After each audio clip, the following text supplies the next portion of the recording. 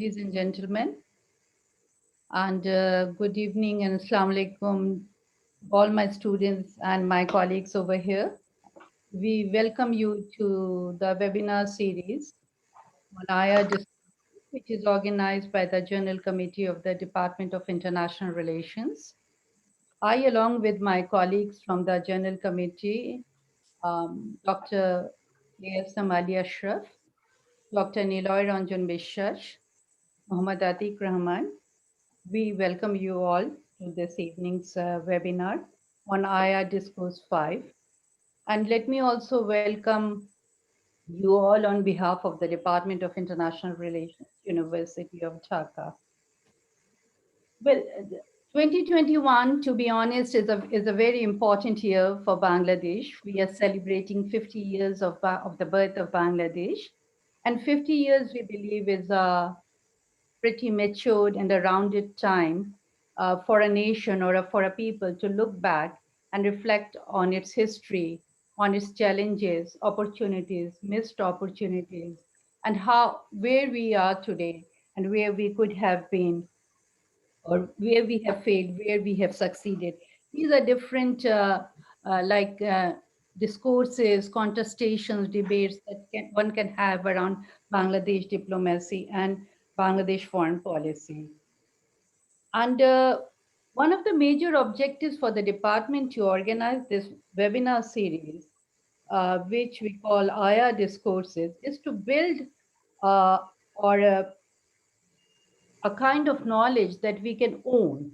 When I say that we can own, I say it with a lot of conviction because we as students of IR, we are tutored into discourses which have been written by Western scholars, and somehow knowledge production, in a written form has been, I would say, to some extent lacking in this part of the world, which my colleague Dr. Imtiaz Ahmed is very fond of saying that we are an oral people or an oral civilization. And this particularly I would say to my students because today I was quite disturbed, I would say, and shocked because I was looking into a site of UK students on essays on Bangladesh foreign policy. And I just wanted to see that, what kind of impression or perception students in the UK have of Bangladesh. And one of the essays, which was written in 2017, somehow in its conclusion, it projected that if Bangladesh does not meet these challenges or X number of variables were there, then Bangladesh would be a failed state. And this is something which was written in 2017. And I was pretty shocked with that kind of, observation coming out in 2017. And when I say that, it was 2017, and this site is, I was following it and I saw that this is a student site which is trusted by students since 2003. That's why I say that this knowledge production is very important for us as academics and teachers of IR, students of IR. It is very important for us.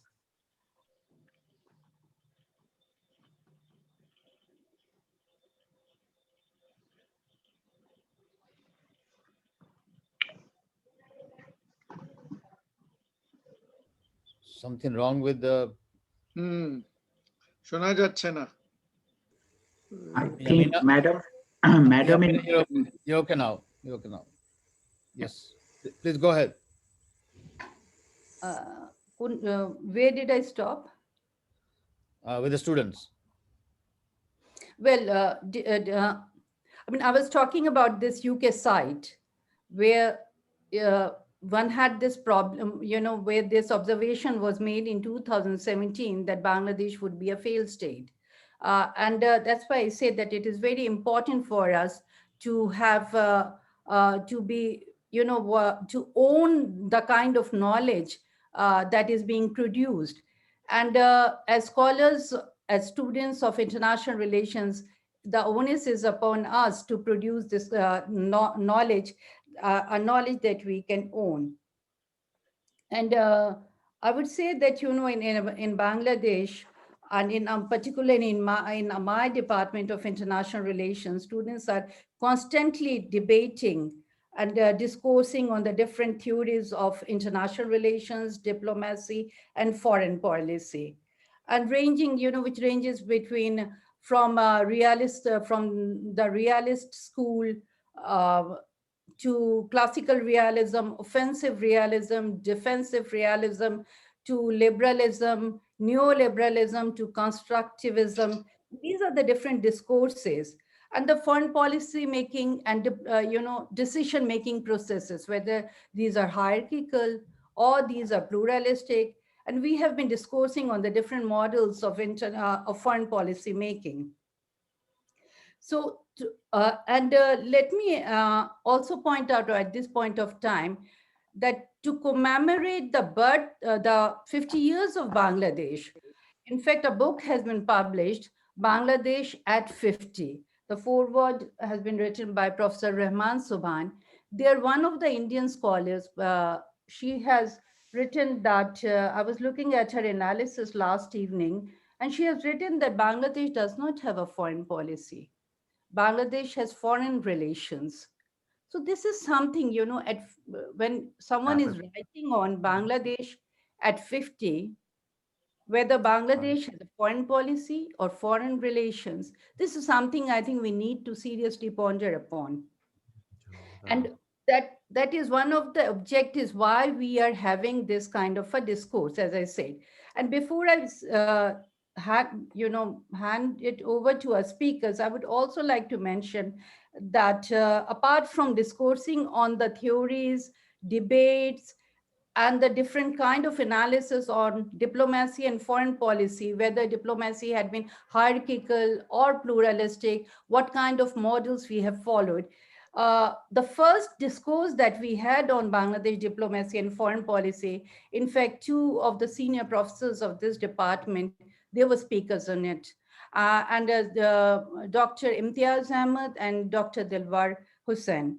In fact, Professor Imtiaz, in his presentation, his contention was that Bangladesh foreign policy, it bases itself on a civilizational discourse, and civilization is the foundation of Bangladesh's foreign policy. Dilwar went into the different theoretical discourses of international relations. So that was one kind of discussion we had. And today I must say that we are very privileged and lucky to have two very eminent speakers and distinguished personalities with us. And especially for our students, I think it is a big opportunity because these two personalities, in fact, have been and are involved in the foreign policy making of Bangladesh. And they have been involved since the formative years of Bangladesh foreign policy. And we have two personalities, in fact, both of them, one of them was the foreign secretary of Bangladesh, and the other speaker is the current foreign secretary of Bangladesh. So we have two different contexts, two different generations, and I'm sure our students and other audiences, and we have also foreign guests over here, they would be benefited from their discourses. Let me first call upon Ambassador Farooq Subhan.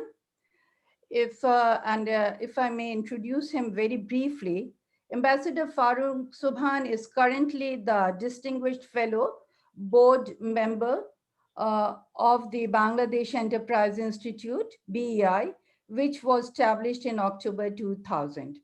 He was Executive Chairman, Board of Investment, and Special Envoy to the Prime Minister of Bangladesh from 1997 to 1999. He was the Foreign Secretary of Bangladesh from 1995 to 1997. Then we also have Ambassador Masood bin Momen with us. Ambassador Masood bin Momen is the current Foreign Secretary of Bangladesh. He joined the position on 31st December 2019. As a career diplomat, Ambassador Momen has served in different capacities at the headquarters and Bangladesh missions abroad. Prior to his appointment as the Foreign Secretary of Bangladesh, he had been Bangladesh's ambassador and permanent representative to the United Nations since 2015. We will first request Ambassador Farooq Subhan to make his presentation. Ambassador Farooq Subhan, the floor is yours. And sir, since we really get the opportunity to listen to you, and I think it would be, and we believe that the students would be greatly benefited by your presentation. The floor is yours, sir. Thank you very much, Professor Amina Mohsen. I hope you can all hear me. Am I audible? Sorry. Yeah, we can hear you. Okay. I'd like at the outset to thank you, Professor Amina Mohsen, and also the head of the Department of IR and the faculty members for inviting me to speak to you today on the foreign policy of Bangladesh. As I understood the topic on which you want me to speak, it's reflections on foreign policy looking back over these 50 years of Bangladesh. I'd like to say that contrary to what you just said, I think we've followed certainly with the birth of Bangladesh and during the government of Bangabandhu Sheikh Mujibur Rahman, we had a clearly articulated foreign policy.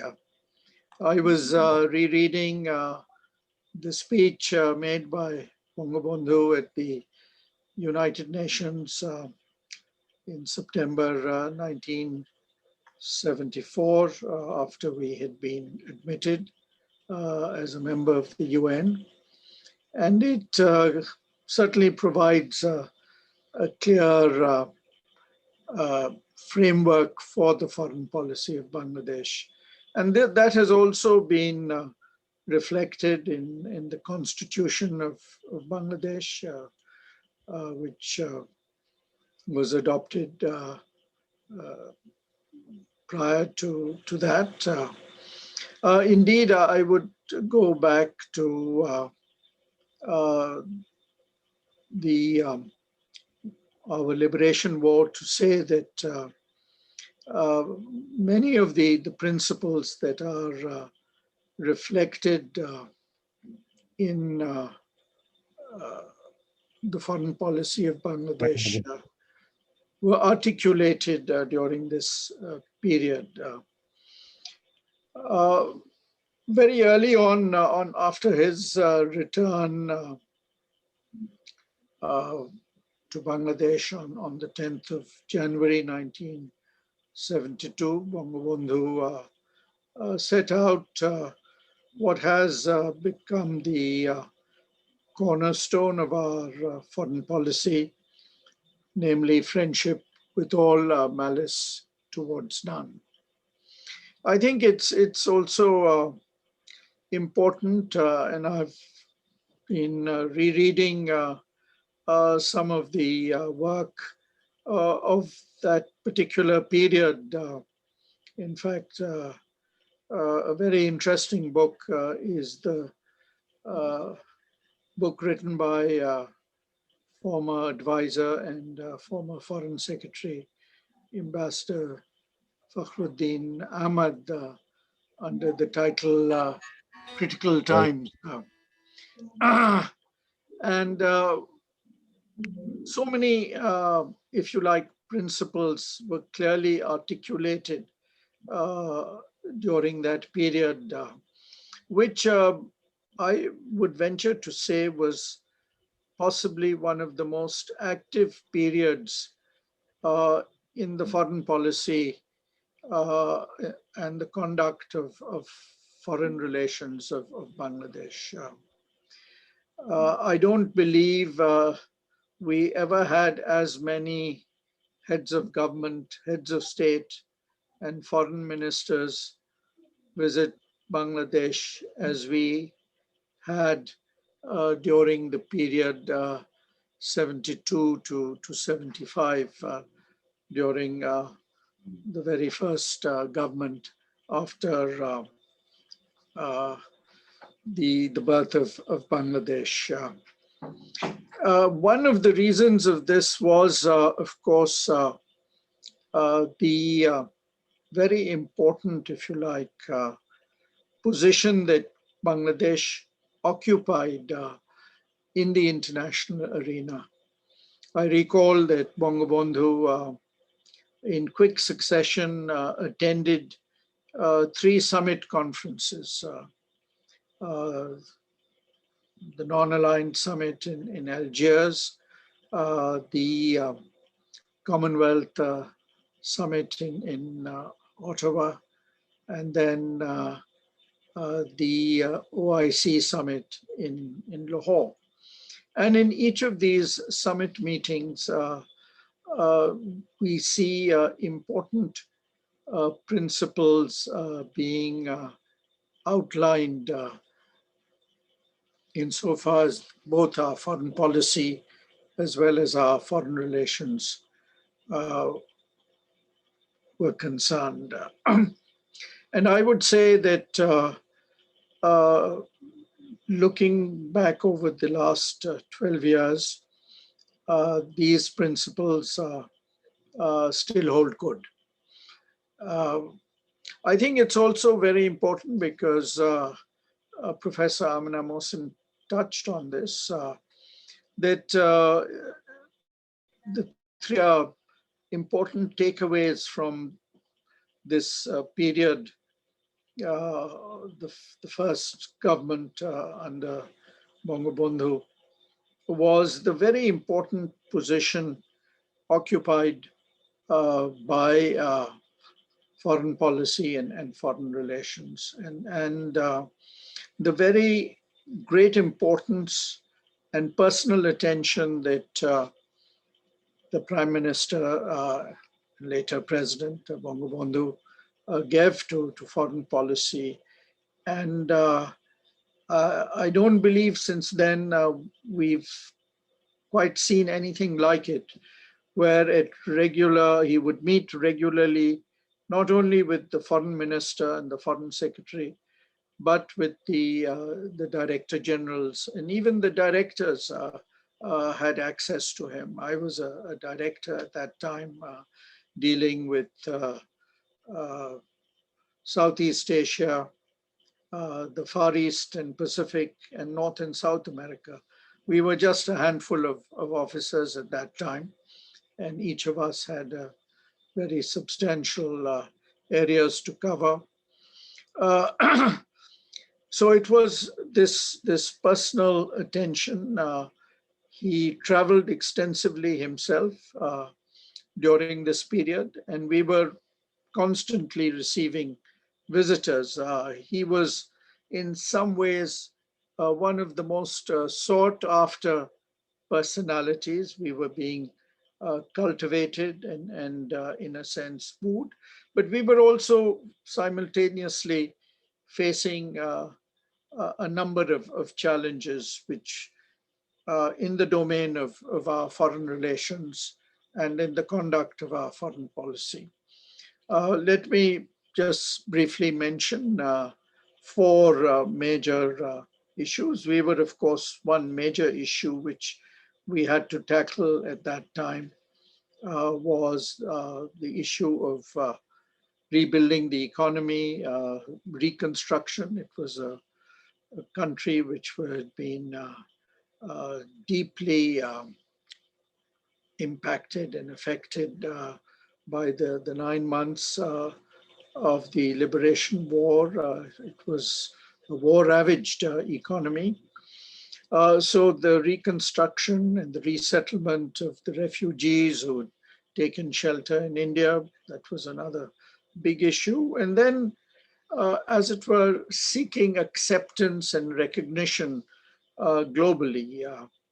One of the things which Bangabandhu did was, in order to buttress these efforts, was to deploy a large number of special envoys who traveled across the world, to Europe, to Africa, to Asia, because at that initially we had only a handful of embassies. And so the efforts of the embassies were supplemented through Bangabandhu's own travels, through the travels of the foreign minister and senior diplomats, and through the special envoys. I think, of course, the single biggest challenge which we faced was in terms of relations with Pakistan, the issue of the prisoners of war, the issue of the 400,000 plus Bangladeshis who were stranded in Pakistan, and how to bring them back. So the establishing, if you like, a working relationship with Pakistan to resolve these issues. And here, of course, India played an important role. And this culminated in the 1974 tripartite agreement in Delhi, which to some extent addressed these issues and resolved them to some extent. So there were these enormous challenges, and we had to do it with literally a handful of people. But I think it's also important to recall the enormous, if you like, interest and attention that was focused on Bangladesh. Now, there is a general view that Bangladesh at that time was kind of very much aligned with the Soviet Union and the Eastern Bloc and with India, and that we had, in a way, kind of taken a position in the then ongoing Cold War.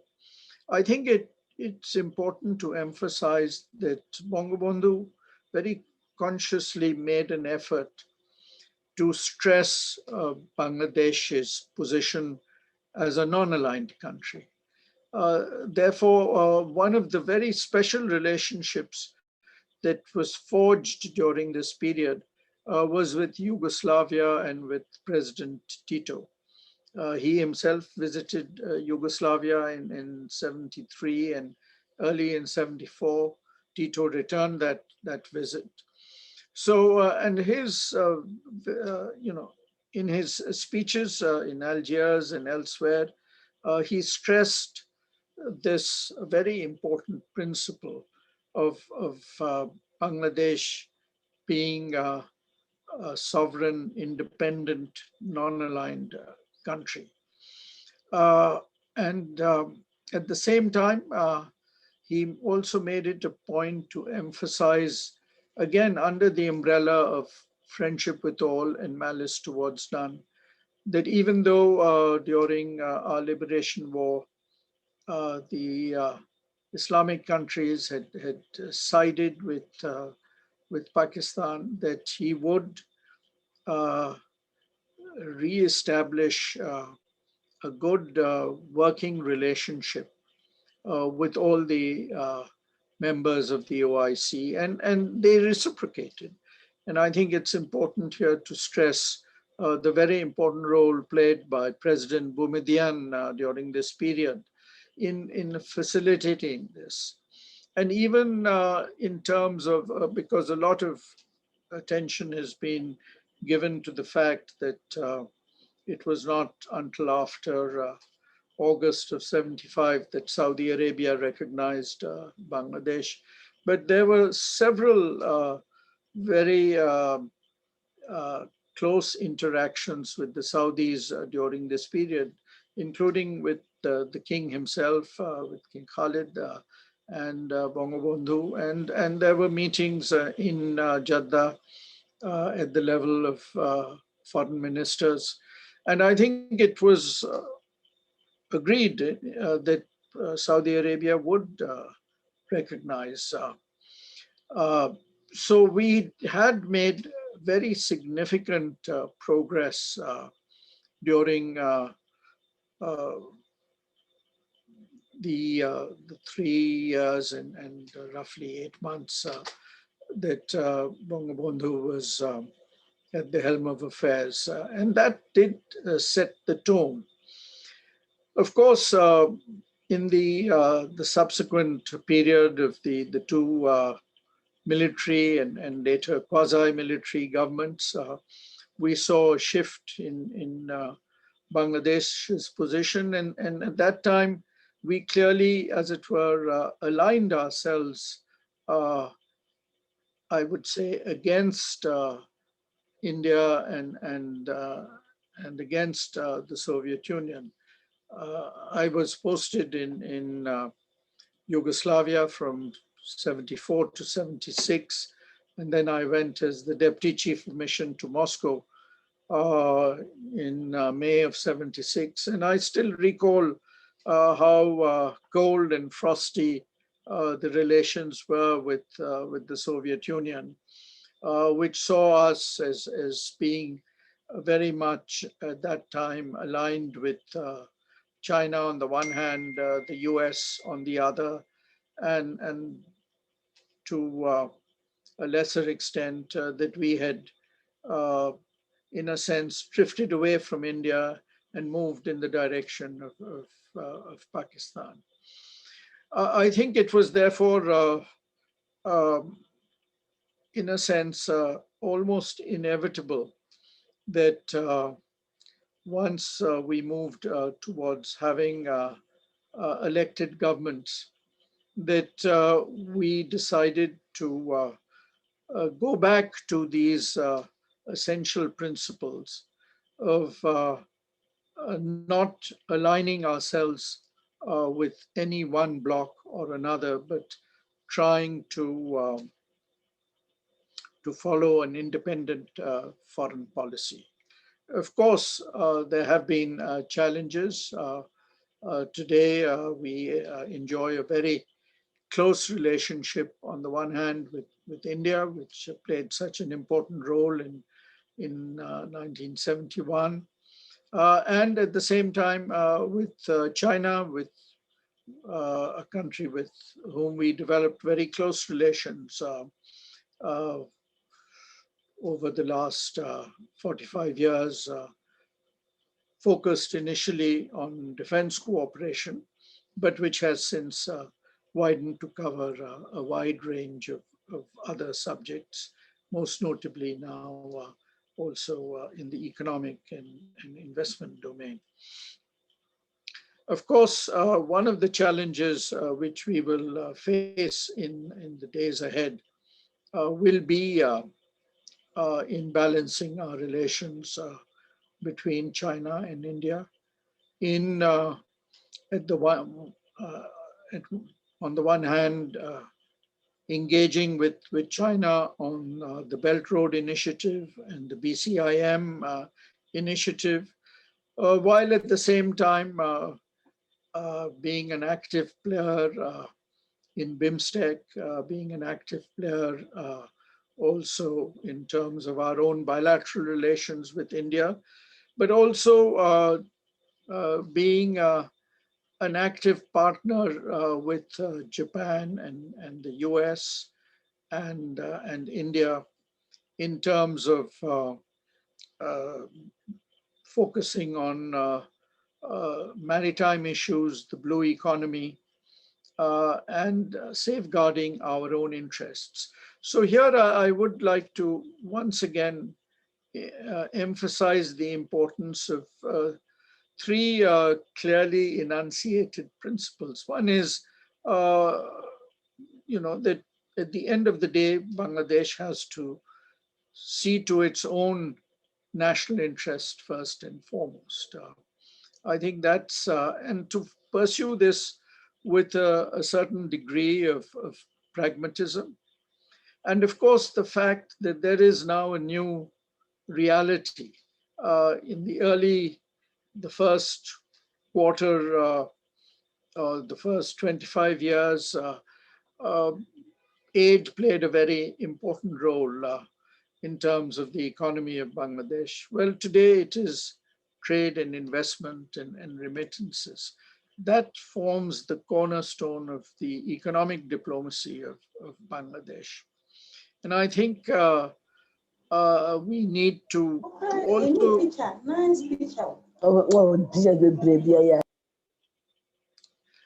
we also need uh, to understand the centrality of foreign policy in terms of meeting some of the ambitious goals and targets that Bangladesh has set for itself. I refer in particular to the Prime Minister's Vision 2041, how important a role foreign investment will play in achieving those targets, the important role of trade, and the important role of Bangladesh being extremely competitive. And when we speak of competition, there is a very visible competition which is taking place internationally, whether it's for trade, for markets, whether it's for investment, whether it's seeking employment for our workers abroad. Uh, so we need to also understand the changing nature of diplomacy and how we build that into the foreign policy framework of the country. One area where I feel is going to be extremely important as we look ahead to the future is again, as it were, going back to the key position that foreign policy occupied during the first 3.5 years plus of Bangabandhu's government. And here I think it is very important to stress the importance of a clearly enunciated foreign policy strategy. And I'd like to conclude by putting on the table 10 very specific recommendations, taking advantage of the fact that we have the Foreign Secretary with us today.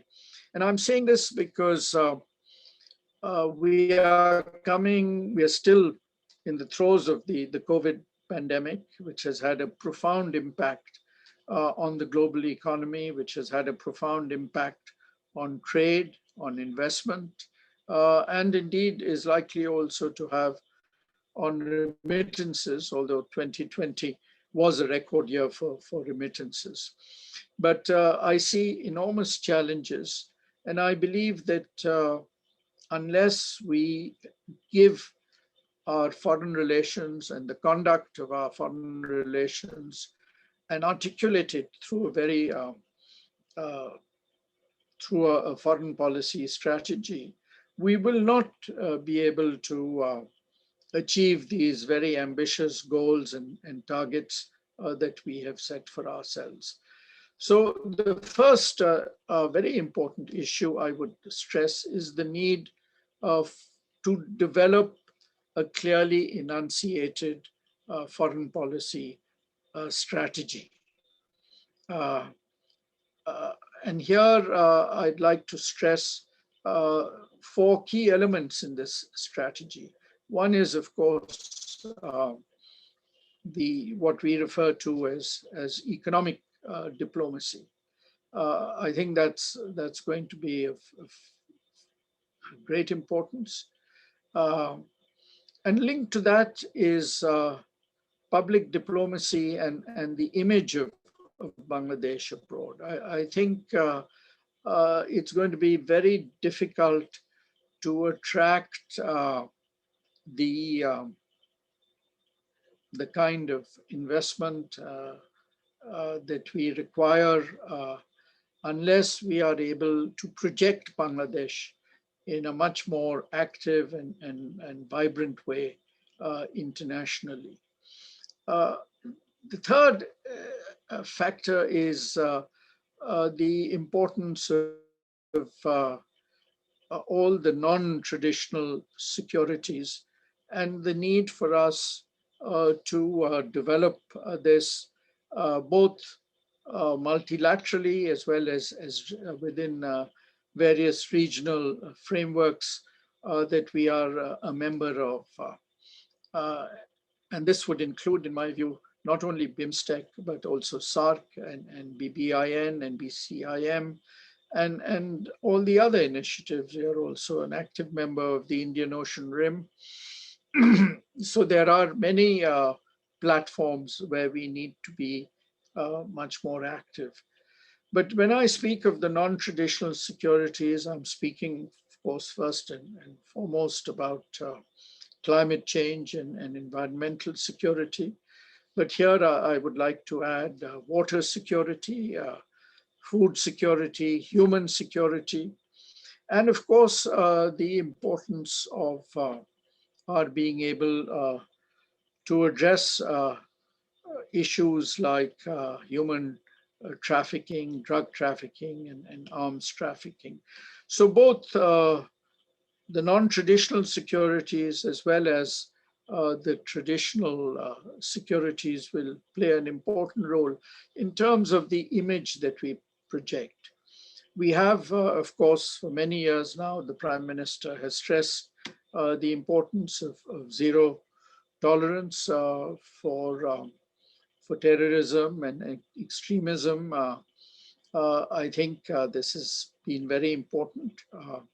And I must say, in the last few years after the tragedy of 1st July 2016, the Holy Bakery terror attack, we've seen that the government has been able to tackle this problem effectively. I think the other two issues which are interrelated and extremely important is the importance of, so the Prime Minister has spoken about zero tolerance for terrorism. She's also added to that zero tolerance for corruption. I think that's very important. Unfortunately, we are still in various surveys and so on that are done by different international organizations. Bangladesh still does not do well at all. And that adversely impacts on the image of the country. If we are to attract foreign investment, if we are to be more efficient and diversify our trade and enter new markets, it's going to be very important that we run an extremely efficient government. So good governance is important. The rule of law is very important. The respect for fundamental rights is very important. And regulatory reforms, cutting red tape to the minimum is going to be very important. And I think all this builds into the image of the country and how we project Bangladesh abroad. And I'd like to conclude, of course, by saying that we need, at the end of the day, an extremely well-run, efficient foreign office, a very well-run, efficient number of embassies abroad. We need to invest much more in human resources, in training, in giving, in specialization, both language and area, as well as subject specialization, because this is, as I said, a very, very competitive environment within which we are functioning. And unless we can address these issues, unless we can give due value and importance to running one of the best, if you like, diplomatic or foreign services uh, in the Asia Pacific region, we are going to be otherwise very hard pressed. And here my recommendation to the Foreign Secretary is make use of, because we know at the moment it will take you time to develop these resources. In the meantime, you can reach out to academia, to our universities, to think tanks, and to this large group of talent in the shape of retired ambassadors. You have over 100 retired ambassadors. Many of them are sitting idle at home. Why not make use of them? We see in our neighboring countries, we see it again in the case of the new Biden administration, that a lot of people are being called upon to play special roles. So you have a number of special envoys for special topics which deserve importance. And I think you need to also zero in on developing special relations with certain key countries, whether it's for reasons of investment or whether it's for reasons of employment of our workers. For example, let me cite one specific example which is very dear to my heart, and that is the need for us to build a special relationship with Malaysia, for example, which will remain a very important market for Bangladesh for years to come for employment, provided we can build this special relationship with Malaysia. I would like to conclude by thanking the Professor Sampson for this invitation, and I would be happy to enter into a discussion on some of the points that I've raised in my presentation. Thank you. Thank you very much, sir. It was indeed a pleasure listening to you, particularly, you know, uh, you walked us through the corridors of the foreign ministry during its formative stages, you know, but the very personalized and the pluralistic nature of Bangladesh's foreign policy during its formative years. That is something I think our students uh, would really like to you to talk about more when we come back to the Q&A session. At this point, may I please request all our participants to put their videos on for a picture that we want to take for the media. It would I would request all of you to put your videos on. We have about more than uh, 64 participants with us at the moment. I would like to say thank you to all of them. And the program is also being streamed live on the Facebook. Can you please put the cameras on? It's more than 84. It's more than 84, sorry. Yes, Atik, can Uh, you take action So now? Nilabhai, you can take. I will, change the slides. Okay. Yeah. Okay. So I'll change the screen. So screen 1, 2, 3, 4. There are 4 screens right now. So Nilabhai, if when you take the one screen, then I'll go to the next screen. Okay. I'm sorry about it. This is something we need for the media. Thank you.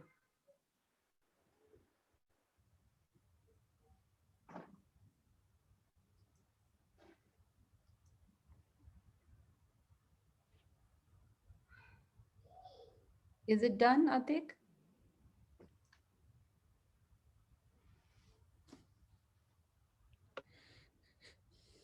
My apologies to the Foreign Secretary for this pause, but I think it's done. it's done. Thank you very much. It's done. Uh, Thank you. Thank you very much. As I said, Ambassador Farooq Subhan, it was a pleasure indeed. It was a pleasure. And we do agree with you that we have entered a very competitive environment. And with the COVID, things have become more complicated. But we think and we do believe that Bangladesh now is much more prepared because the way we have handled the COVID situation and also our record on terrorism. I mean, if we look at the GTI, we are doing much better than India, Pakistan, and even the United States. And non-traditional security, image. I mean, these are issues. I mean, when one talks about public diplomacy, economic diplomacy, these are issues. I mean, these where we are constantly debating and discussing these among ourselves. And it is, we thought that it would be a good opportunity for us to have the policymakers with amongst us, if they can elaborate more on this, not only for the students, but also for all of us and also for the media who are there today.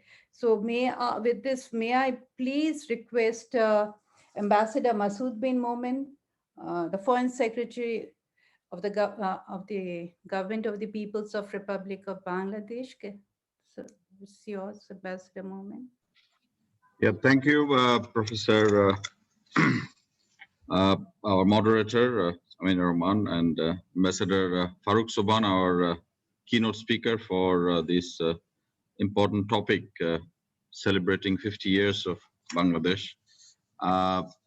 Distinguished professors, ambassadors, and other media representatives, as well as the dear students from the IR department, and I can see also some of my colleagues in different parts of the world. I would like to first express my thanks to the moderator for inviting me to discuss Bangladesh foreign policy at 50 and beyond. But at the outset, I'd like to start by paying deep homage to the father of the nation, Bangabandhu Sheikh Mujibur Rahman, his martyred family members, and the supreme sacrifices made by the valiant freedom fighters. Without Bangabandhu, the greatest Bengali of all time, we wouldn't even be here to discuss this issue. Being a member of Bangladesh Foreign Service, I am proud to refer to the role of the Bangladeshi diplomats during the Great War of Liberation. They played an extremely important role during the eventful months to communicate to the world about the genocide committed by the Pakistan Army against the unarmed Bangladeshi population. The Bangladeshi diplomats worked relentlessly to create mass opinion against the brutalities of the Pakistan authorities and to achieve critical support of foreign governments for the cause of our independence. Our diplomats, in addition to in India, actively worked for independence of Bangladesh in all the countries they were posted in UK and in USA, particularly at the UN, in New York. The Bangladeshi diplomats became familiar faces for their tireless persuasion for international support. Immediately after the father of the nation had been freed from the prison in Pakistan, he flew to London, where he was received by the Bangladeshi diplomats in UK. In the historic press conference in London on 8th January 1972, as the president of the sovereign state of Bangladesh, Bangabandhu, who had been a prisoner till the day before, once again proved his magnanimity in front of the world when he talked about his desire for a peaceful South Asia.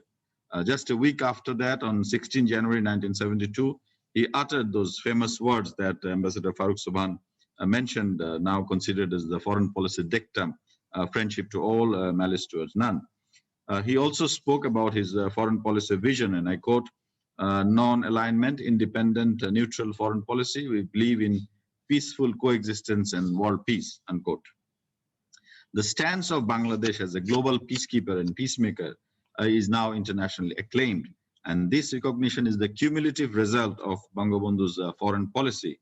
Today, we are amongst the top TCCs and PCCs in UN peace missions, with 6,865 uniformed personnel in different peacekeeping missions globally. We are proud to have our multidimensional forces serving in some of the most difficult theaters, especially in the continent of Africa. And there's just a breaking news that our peacekeepers were rescuing people from other nations in one of the difficult countries in Africa. Foreign policy of Bangladesh from the early days was very eloquently explained and narrated by Ambassador Farooq Subhan from his own experience. So I don't want to dwell too much in that. He has already covered most of it. I'd just like to mention that during this very short period, we had this historic land boundary agreement with India. And during the short period when the country was being rebuilt from the ashes of the Great War, he focused on establishing Bangladesh embassies and high commissions abroad. I'd like to draw the attention of the distinguished audience to this point here. Establishing and operating missions abroad is a costly affair, more costly in the perspective of a war-ravaged country. Even then, Bangabandhu, with his extraordinary prudence, realized the importance of engaging internationally and established quite a number of resident missions abroad. Let me fast forward to present the engagements in our foreign policy. Honorable Prime Minister Sheikh Hasina has achieved significant foreign policy milestones during her 4 tenures already. The historic Chittagong Hill Tracts Peace Treaty earned her global acclamation and ensured stability and prosperity in the region. Signing of the Ganges Water Sharing Treaty, cooperation in water sharing of other rivers, final implementation of the land boundary agreement with India, as well as the maritime boundary delimitation with India and Myanmar in a peaceful manner are major testimonies of the matured foreign policy of Bangladesh. In the election manifesto before the national parliamentary election of 2018, the first objective of the chapter on foreign policy mentions that, quote, Bangladesh will play a leading role in peaceful settlement of any international dispute, unquote. This shows the consistency of our foreign policy during the last almost 5 decades. Bangladesh has been set to graduate from the least developed countries criteria into a developing country as defined by the UN in 2024. And therefore, we are envisioning a new role for the Foreign Office. It may be noted here that as per the World Bank's method of calculation, Bangladesh has already become a low middle income country. Now, the global shock of COVID-19 will definitely have an impact on our journey to become a developing country within next 3 years, and also to become a developed country by 2041, as envisioned by the Prime Minister. Our expected GDP growth rate has been readjusted to much lower level than the one we would have liked if COVID didn't affect our economy. But even then, the GDP growth rate of 5.34% during the last financial year was the third highest globally, and we are confident about getting back to the right track of growth at the soonest, with our projected growth rate for the financial year being 7.4%. Bangladesh economy has matured and shifted during the last 5 decades from aid to trade to investment. The stable economy and the strong and effective national institutions backed by democratic governance have created the ideal environment to draw in investments. The success of Bangladesh in domestic fronts strengthens its global standing. The construction of the Padma Bridge through domestic resource mobilization not only speaks of the commitment and passion of the Prime Minister for development of the country, but also highlights the steps taken by the government to successfully achieve the SDGs. During the last 1 decade, the GDP of Bangladesh has doubled. The 36 international awards that the Prime Minister has received testifies our global recognition and appreciation. Bangladesh has become a country with its proud presence in space, and true to its commitment to peaceful use of nuclear energy, the first nuclear power plant of the country will start functioning in a couple of years' time. The country is now marching ahead steadily to achieve the SDGs 2030 and the Vision 2041. The issues of environmental consciousness and sustainability are always at the forefront, and the Delta Plan 2100 of the government formulates the national development plans for the next few decades, ensuring the preservation of the planet for the next generation. These domestic achievements have ensured that our foreign policy also remains relevant internationally. In multilateral fora, Bangladesh is acknowledged as a key player in various contemporary and major global issues. In addition to playing lead roles in promoting multilateralism and global rulemaking, Bangladesh has also successfully been able to inject and promote her issues as global issues. The historic speech of Bangabandhu on 7th March 1971 has been declared as a UNESCO World Documentary Heritage, and earlier, of course, 21st February has been declared as the International Mother Language Day, strengthening Bangladesh's position as a responsible and peace-loving country. The concept of culture of peace and the peace model promoted by Bangladesh have been appreciated and supported by all member countries of the UN. In UN, Bangladesh is known both for its humanitarian and social leadership roles, addressing issues like autism, increased use of sustainable fibers like jute, and at the same time, its commitment for global peace and security, manifested through its zero tolerance against terrorism, its peacekeepers stationed in difficult places, its bold stance against violent extremism and intolerance. Bangladesh, as a recognition of its strong presence in multilateralism, was elected to 14 different important UN bodies in recent times, where we are currently playing our constructive role. As a country that is successfully graduating out of the LDC group, we are poised to take our place as a responsible state with a cooperative attitude among the Committee of Nations. Our diplomatic tradition is also changing itself to customize with our new position of strength. Our negotiators are shifting from negotiating for aid and duty-free market access to negotiating for global issues like climate change, women empowerment, migration, discourse, etc., as equal partners. Bangladesh has also been working on strengthening its role as a connectivity hub because of its geographical location. The country is positioned to ensure connectivity to South Asia and Southeast Asia and beyond. It is time that Bangladesh foreign policy is geared to help other countries and to find niche areas of cooperation, complementing its customary role of peacekeeping and peace building. Bangladesh foreign policy is maturing to guide us to establish our footprint in cooperation diplomacy. As a country ready to become a developing country in just a few years, we should now venture into areas like providing scholarships to other countries. I'm happy to inform you that the Ministry of Foreign Affairs has taken this responsibility with due seriousness.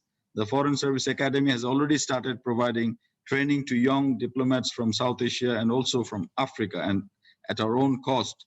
And we plan to increase the frequency of training to foreign diplomats in future. You will all agree that providing training to foreign diplomats can be a very effective way of projecting our foreign policy and to create friends of Bangladesh all over the world. We can also position ourselves as a compassionate development partner. We have already established ourselves as a development partner during the COVID-19 pandemic, providing material support to countries in South Asia and beyond. In the present times, when non-state actors like NGOs and civil society have got active and important role to play in development diplomacy, Bangladesh is not lagging behind. It has got the largest number of NGOs registered in the world, and the civil society of Bangladesh is truly free and vibrant. You are all aware that BRAC is the largest NGO in the world with its foothold in several countries, including in the African continent. Of course, without the necessary legal regimes and the support of the government, it would not have been possible. Some contemporary challenges, COVID and trade, of course. Let us now take a quick look at the contemporary issues and observe how those are impacting our foreign policy at 50. During the last 3 decades, we were witnessing the first spread of globalization in all areas, more so in the area of global trade. For maximization of profits, industrialized countries started to shift the labor-intensive and low-margin components of the production chains to the countries with low labor costs.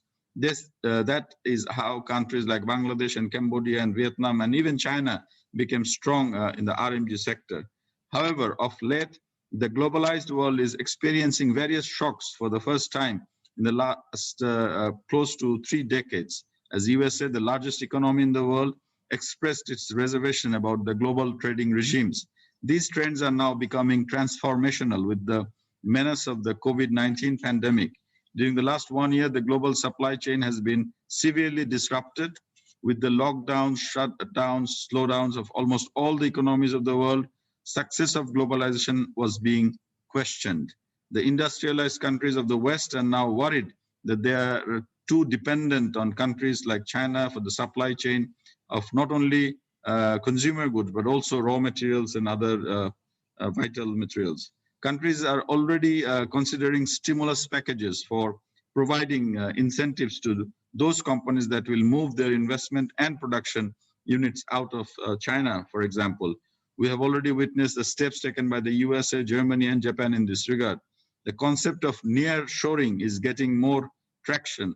Although with the new government in Washington, D.C., we may see yet another shift in US policy in this regard. The challenge in the post-COVID-19 scenario will be our export situation. Successful negotiations with the buyers and also looking for diversification of both products and markets are key steps that will have to be taken, and these will be part of implementing our foreign policy. Our missions abroad are already exploring the markets in their areas of accreditation.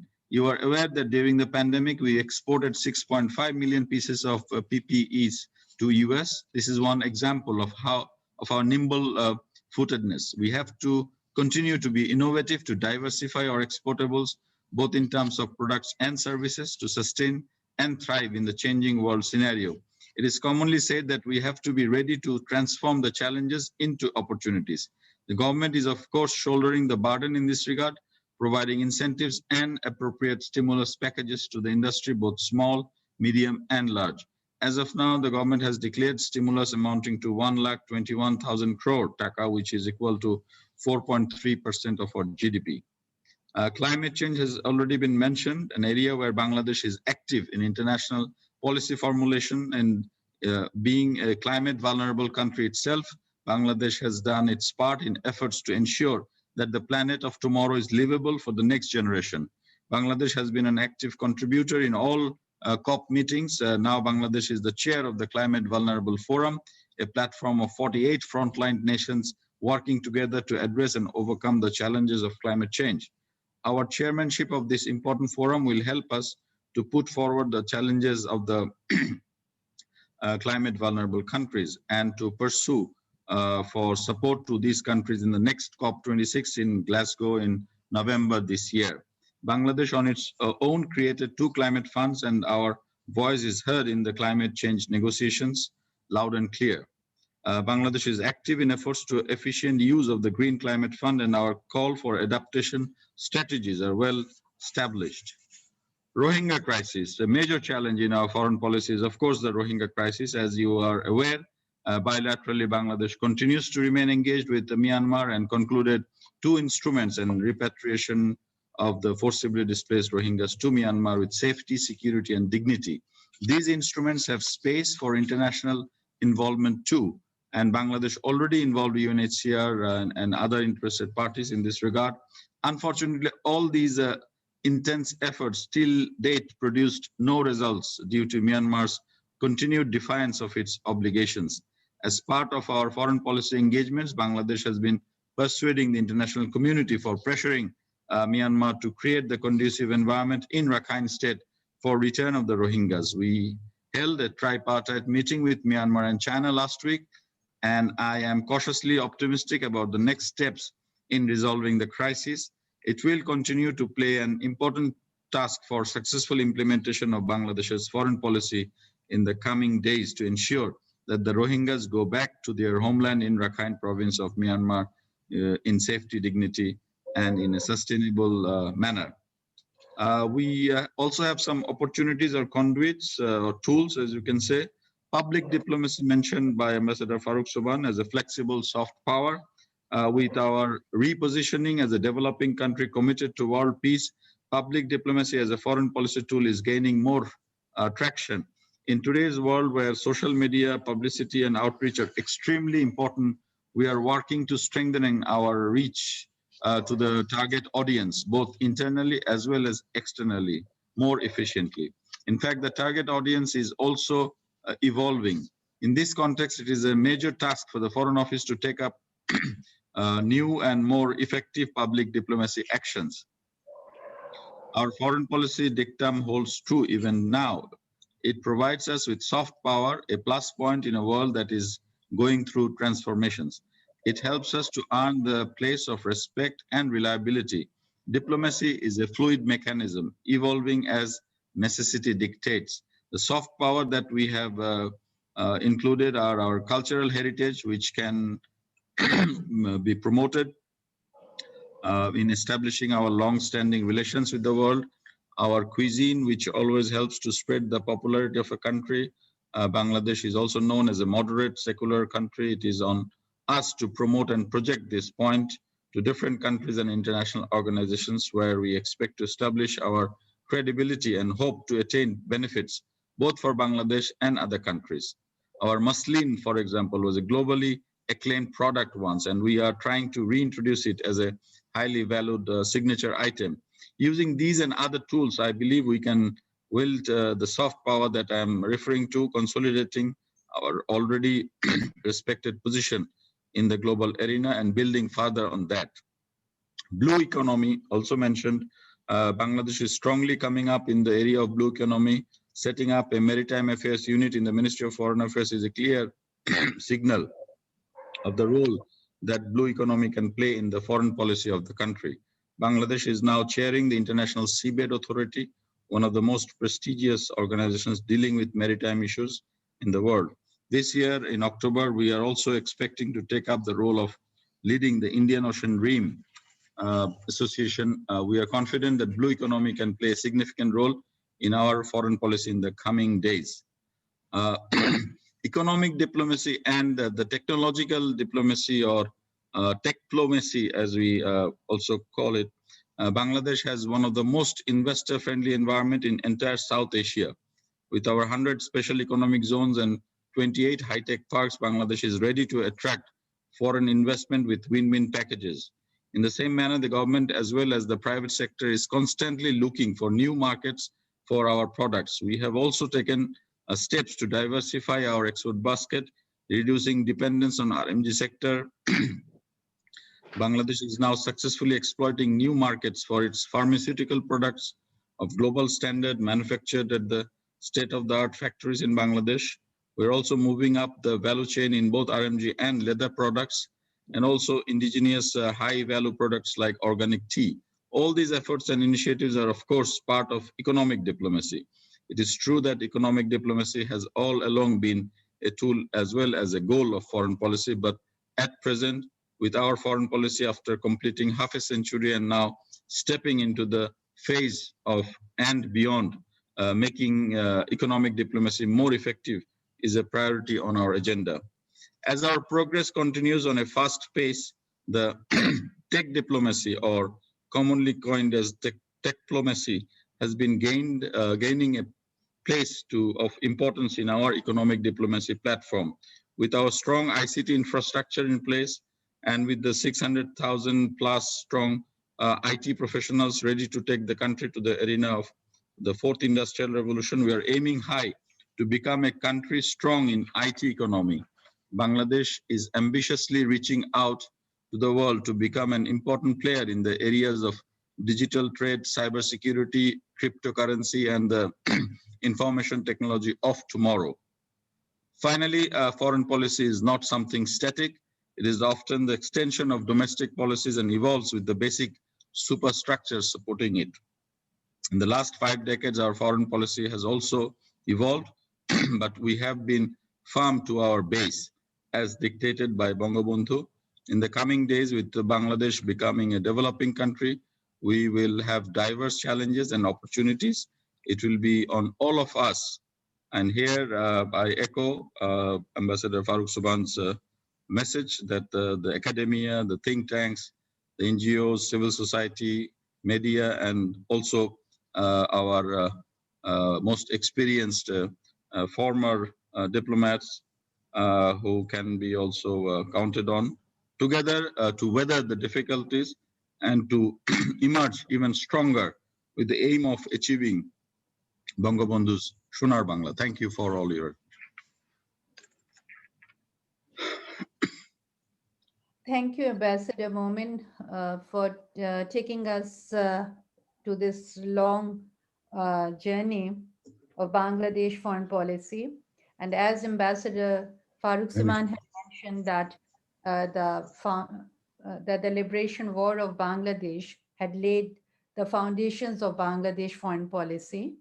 And we find that when you say that Bangladesh today has evolved into an effective soft power and has been able to project itself through cooperative diplomacy as well as through what you call technoplacy, and the way Bangladesh is moving forward uh, on the non-traditional dimensions of security, I think Bangladesh at 50 has much to be proud of and much to look back at. That's why, when we said that 50 years is a good time to look back and reflect on one's policies, where we stand today, from where we had started. And as Ambassador Farooq Subhan had pointed out, that during the initial stages of Bangladesh foreign policy, we had a very pluralistic and a personalized nature of diplomacy as well as foreign policy making. Maybe this is something our students and our audience would want to know, and we'll come back to it, the nature of Bangladesh diplomacy today, the foreign policy process, the decision-making processes. These are different issues that we would want to know. Ambassador Momin, do you have to leave now? I see a message that you have to. Yeah, I can stay for another half an hour, but then I have another meeting. Sorry. Half an hour is a good enough time for us. So the floor is now open for observations, comments, and questions and answers. You can ask the questions directly, or you can raise your hands. And Niloy, if you can look at the chat box and see if there's anything which raised. Yes, we have two quick. I would request our colleagues Can from I the talk? Can I ask a question? Ambassador Mohsin Ali Khan speaking. Yes, please. My question first to Ambassador Farooq Subhan sir. Can you hear me? Yes, I can hear you. Sir, thank you for your very detailed presentation. I believe all of us will be very happy and will be benefited from this. So I would like to say that we had a lot of achievement in the UN international elections in the like United Nations Security Council as non-permanent member, and also in other bodies like human rights, like commission, etc., and where we have done very well. And also you have very correctly said about pursuing economic diplomacy. Here I have a suggestion to our foreign secretary. I think he is listening to me. I have seen that many countries, including India, they print money. They have given instruction to their embassies abroad to print some books, how to do business. For example, how to do business in India, or how to do business in US, how to do business in Brussels. So they have printed this kind of thing. So when the businessman from India comes to Bangladesh, they hand it over that how to do business in Bangladesh and what are the points where they should contact, whom to contact. So I suggest that our foreign secretary may kindly instruct all our ambassadors abroad in consultation with the economic council of their our embassies to print this kind of booklet and to give to our businessmen when they approach there. For example, a person is going from Bangladesh to Washington, D.C. or from Dhaka to Canada, in Ottawa, they will hand over that you can contact these places. This is one of my suggestions. And then this is economic diplomacy part. And also now we have 100 economic zones. And in these economic zones, what are the facilities that you can also send it to our ambassador in consulting with BIDA, the Investment Development Authority. Thank you. Thank you, sir. Any other question? Ambassador Sarwar from Kuala Lumpur, please. You're muted. Ambassador Sarwar, you're muted. Thank you, sir. Thank you very much, the organizers, for organizing this very important seminar. I'm very happy to join this, and I especially thank today's panelist, Ambassador Farooq Subhan, our senior colleagues, and also our Foreign Secretary for their excellent presentation. So, I mean, I know that there will be some more questions, so I don't want to take too much of time. Sir, I'm very happy that you are here today. I have just joined the High Commission as High Commissioner 2 months back. So you were also High Commissioner to Kuala Lumpur. So I cannot control my temptation to ask few questions to you as well, since you were High Commissioner here, as well as you were the Foreign Secretary and you were Director in the Foreign Ministry during just immediate after the Liberation War under our father of the nation, Sheikh Mujibur Rahman. So we are also passing almost 30 years of service in the foreign service. We have been listening so much about the investment promotion, say economic diplomacy, all these things.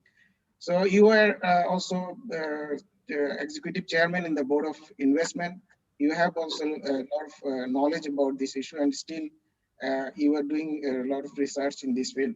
So what we see a lot of potentials in Malaysia that we couldn't tap it properly as yet. We should all accept our failure so far in this regard. So I just want to know from you that what more we should do, especially when we are going to establish 100 exclusive economic zone. So how can we are doing our part, trying our best, but what say, do you have any other ideas how we can go to convince them to invest more in Malaysia? Although we know that Malaysia is one of the major investor in Bangladesh. This is the number one question.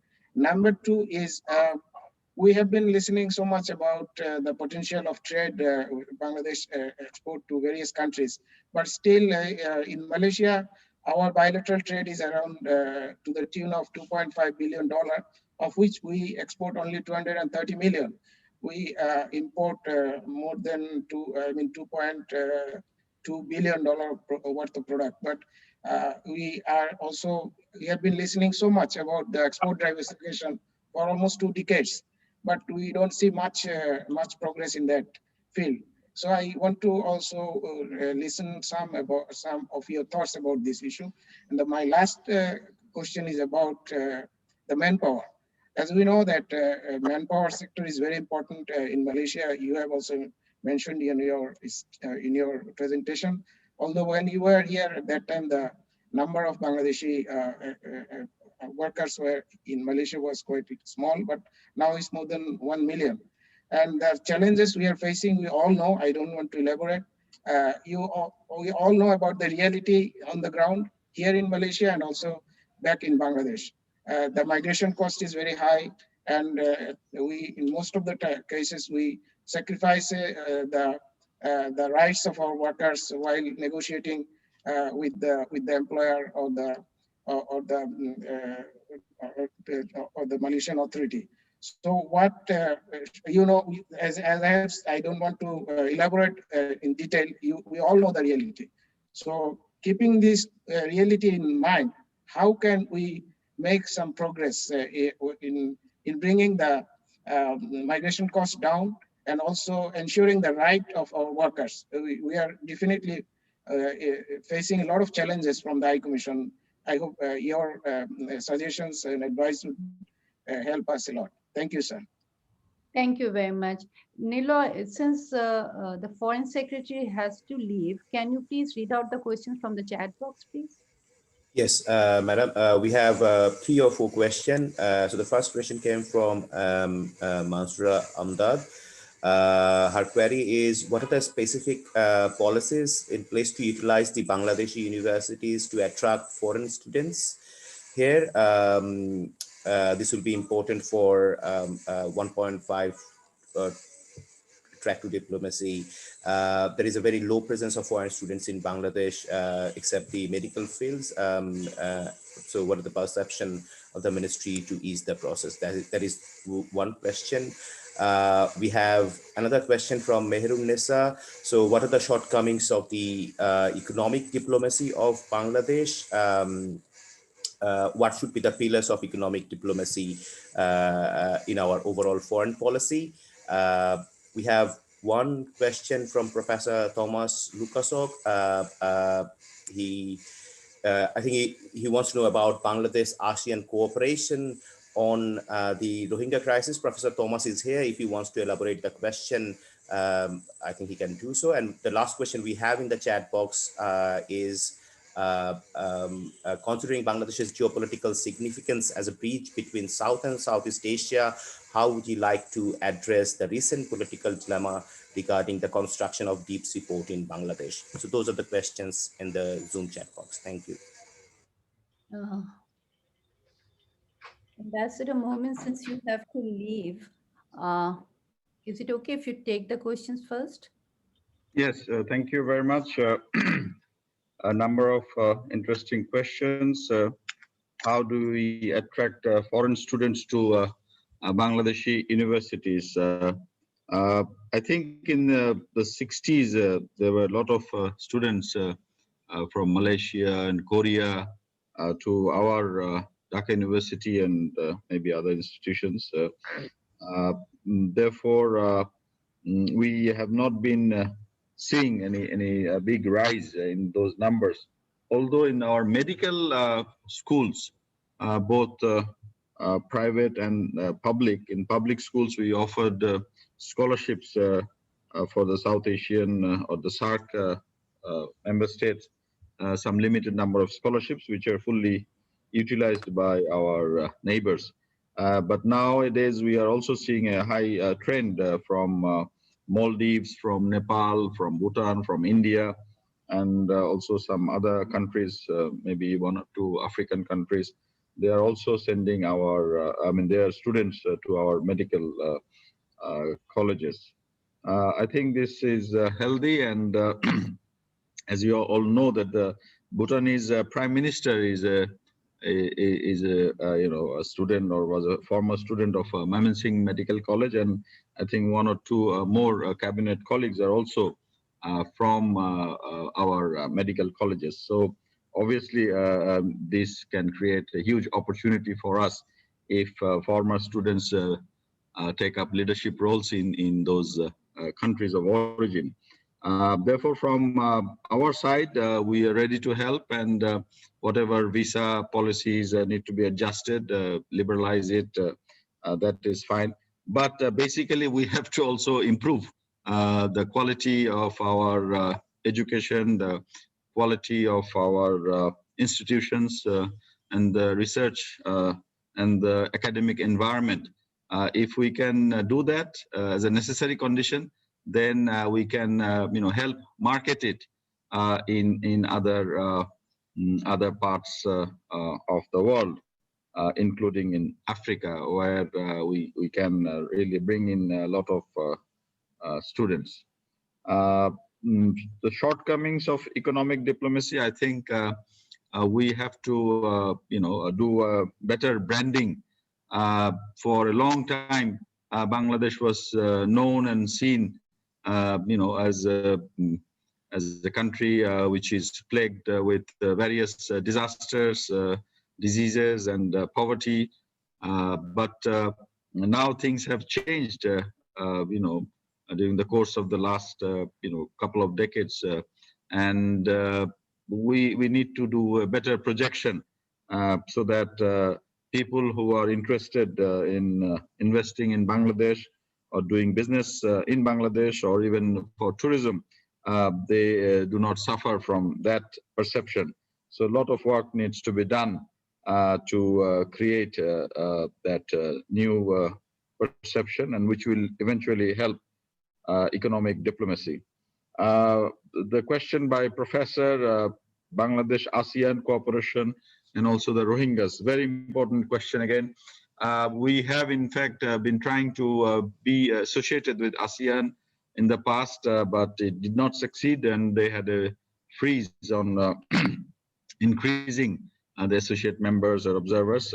But now we are pursuing having sectoral dialogue partnership with ASEAN itself. All our ambassadors and high commissioners positioned in various ASEAN member states are right now lobbying with ASEAN member states and the headquarters in Jakarta for this, which will help not only politically but also economically, and also help people-to-people contacts. On Rohingya cooperation, we feel that Myanmar, being a part of ASEAN, can be sort of persuaded better from within. And our main concern at the moment is how to create a more conducive environment in Rakhine so that the Rohingyas can return. And for that, we need a better secured environment. And the Rohingyas are not confident at the moment. But if they see some sort of ASEAN presence or presence of friends from India or Japan or China, then I think their confidence level will increase. Therefore, we have been proposing a kind of ASEAN plus formula. If ASEAN takes the lead, they have AHA Center, ASEAN Humanitarian Affairs Center. If they have some operations, but not a lot at the moment. But if they can be the nucleus, then ASEAN plus neighbors of Myanmar and plus the United Nations system as a whole and the international community. If all of them chip in, then once we persuade the persuasion of the Rohingyas or prospective returnees would be much easier. We are engaging with India and Japan and are also open to discussion with all other partners in this regard, and have been assured that once we are ready for repatriating the first few batches, then they would be more active on the other side of the border. The geopolitical strategies and the deep sea port, again, a very interesting question, and I think it has ramifications on other sectors, including the regional trade and connectivity. As we know, right now, there's a big project going on. It's part of the big B of Japan. Prime Minister Abe announced it earlier. That is the deep sea port in Matarbari, which is being developed. And it is not just the port, actually, there are two big power stations, ultra supercritical grade, and also industrial zones. We have to create, enough external economies for these facilities to be economically viable and feasible. Therefore, full operation or full utilization of Matarbari facilities, including the deep sea port, will actually mean or necessitate a better regional connectivity through the our areas to the northeastern parts of India, to through India to Bhutan and Nepal, and our recent interest to join the India, Myanmar, Thailand land route. So all these can be developed simultaneously, so that it's not only the land connectivity, but the railway connectivity, the sea or the coastal areas connectivity, and also the river or riverine connectivity. So if the whole region can be connected, then our investment or the investment of our friends like Japan would really become more fruitful in the bigger scheme of things. Thank you. Thank you. Thank you very much. Will you be with us for some more time? Let's see. Okay, maybe another 10 minutes. Let's see. Okay. Yes, let's, Ambassador Farooq Subhan, if you would like to take Yeah, on some. I'll take a few of the questions. Let me start with the one High Commissioner Sarwar just asked about Malaysia. Well, just to recall the whole process of Malaysia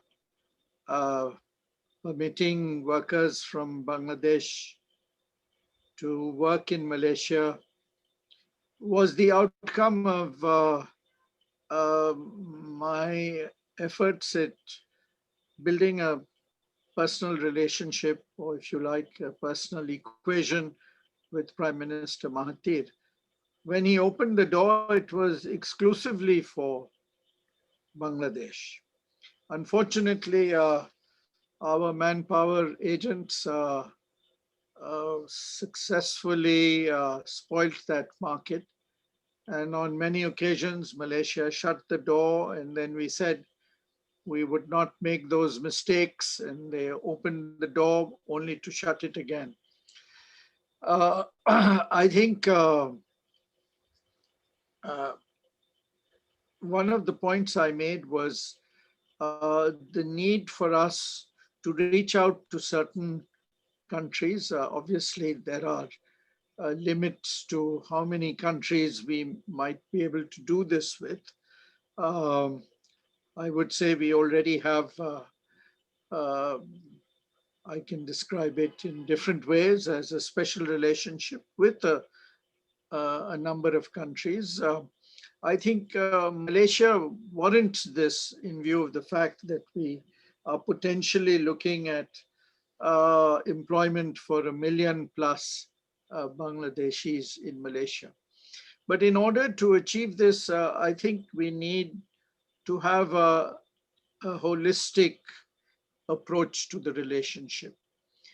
This has become a relationship which has been dominated by the issue of our workers and has adversely impacted, in my view, on the image of Bangladesh. I go to Malaysia periodically. I keep in touch with a lot of my friends in Malaysia, including some of the people who were in the topmost positions in the country.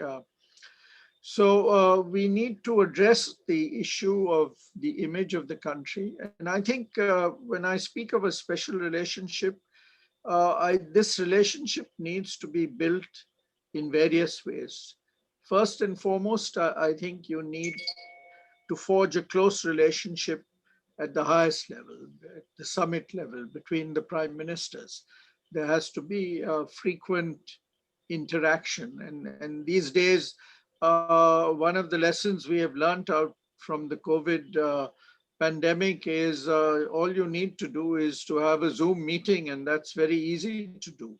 So let's have Zoom meetings between the Prime Minister and certain key leaders of importance to Bangladesh. The other thing, when I speak of a holistic approach, is that we need to build into it many other features. One of the things, for example, I did, but which alas came to an abrupt halt, was to build relationships between think tanks. I was able to bring the head of ISIS, which is the principal think tank in Malaysia, who at that time was Dr. Mahathir's right-hand man.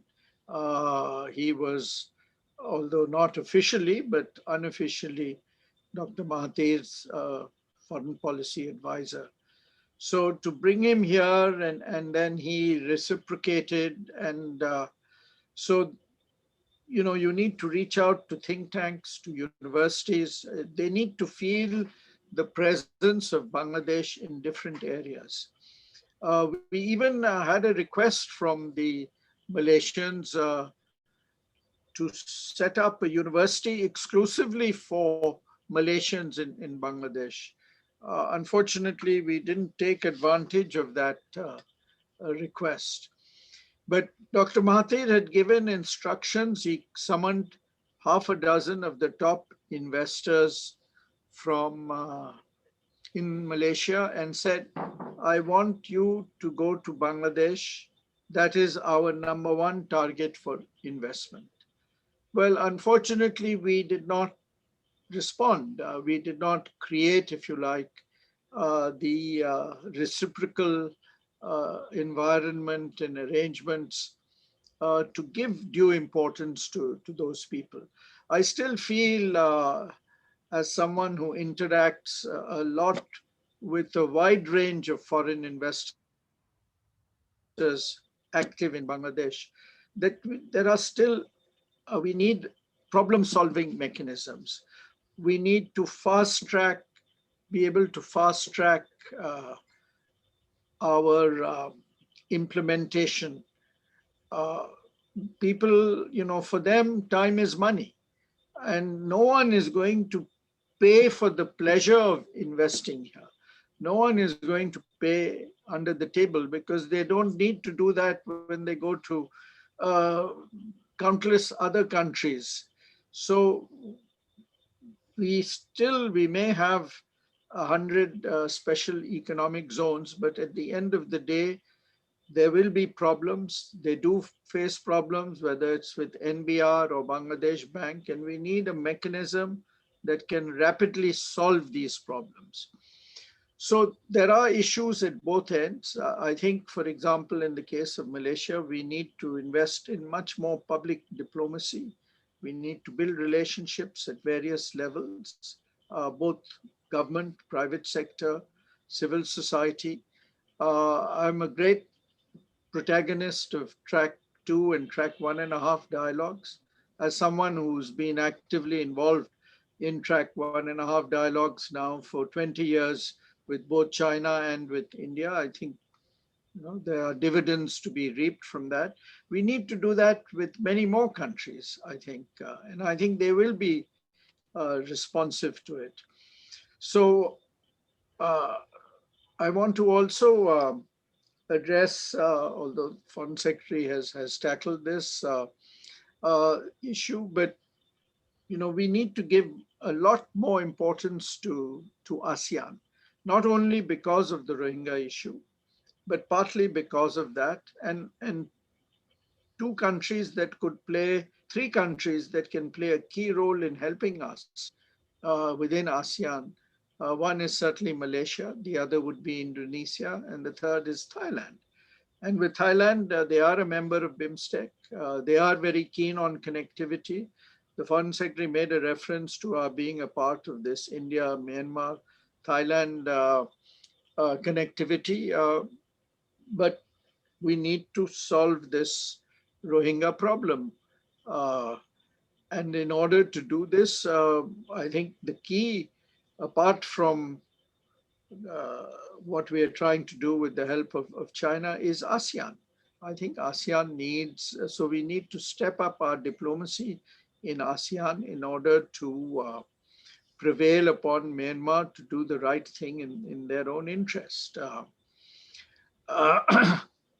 There was a question about, why have we taken them to Bhashan Chor and so on. Well, I don't think taking them to Bhashan Chor in any way indicates that we are giving up on the repatriation issue. I think they are being relocated because the current congestion within the camps has resulted in multiple problems, including an increase in criminal activities. So this is a temporary arrangement. I think we are still very keen for the Rohingyas to go back. But again, another piece of advice, and I've suggested this also earlier also to both the Foreign Minister and the Foreign Secretary, we need to again bump up the profile on the Rohingya issue. So much has happened in the last 3 years, including, of course, all the attention being focused on the COVID pandemic and on the US presidential elections and Mr. Donald Trump. In one way, we should be now grateful that at least Mr. Donald Trump, for the time being, will no longer be hogging the headlines. But what I would suggest is that you need to perhaps get a high-level summit conference on the Rohingya issue. You need to bring back attention on this and mobilize your ASEAN partners. I think it's in their interest also that Myanmar does the right thing as far as the Rohingya issue is concerned, because it is and it should be viewed as a blot on ASEAN's landscape to see something like this happen and for corrective measures not to be taken. So much more pressure and much more attention, in my view, needs to be focused on the Rohingya issue. And this is another form of, if you like, public diplomacy. So I'll stop here. Thank you, sir. I can see Ryan's hand. Ryan, you want to say something? Yes, Yes, please. I have a question. Thank you very much. And it was very fascinating to hear two of the eminent speakers today. And my question is to both of the speakers here today. First of all, it's I think, in my own opinion, it's a very litmus test testing position for Bangladesh foreign policy to understand where do we stand as President Joe Biden comes into the new position. So after US has come back from a diplomatic holiday, I think for after 4 years, I think there will be a lot of changes in the foreign policy. So we often get to hear from a political angle, but I would like to ask, how would we see in terms of the foreign policy angle that with the rise of China already with a huge investment in the developing countries, how would Bangladesh's foreign policy be to merge both of the emerging power in this for Bangladesh, our beloved country? And the second question would be, what would be the diplomatical position to bring back the GSP from United States for our ready-made garment sector? These are two of my questions. Thank you very much. Thank you. Niloy, can you read out some of the questions or observations in the chat box? Shouldn't you let Foreign Secretary answer this important question? Otherwise, he might leave us, and then I just want I will have to answer it. He promised us to be with us today. That's why I'm saying that if there is anything very important for him in the chat box. Yes, Niloy, anything? Yeah, I think one question is how could we use our glorious performance in the UN as the highest troop contributing country to enhance economic and trade relations with African countries? There was one question which I think was already addressed regarding the relocating of Rohingyas to Bhashan Chor, and do you think that will create permanent shelters for the problem, even more permanent? There was another question. What are the reasons that held Bangladesh back in terms of taking the Rohingya genocide issues to ICJ, like the Gambia did? Right, those are the questions so far as now. Yes, Ambassador Bowman, if you would like to respond. Yes, I'll try to answer some of the questions mentioned. I think Ambassador Farooq Soban already touched upon the Bhashan Chor issue.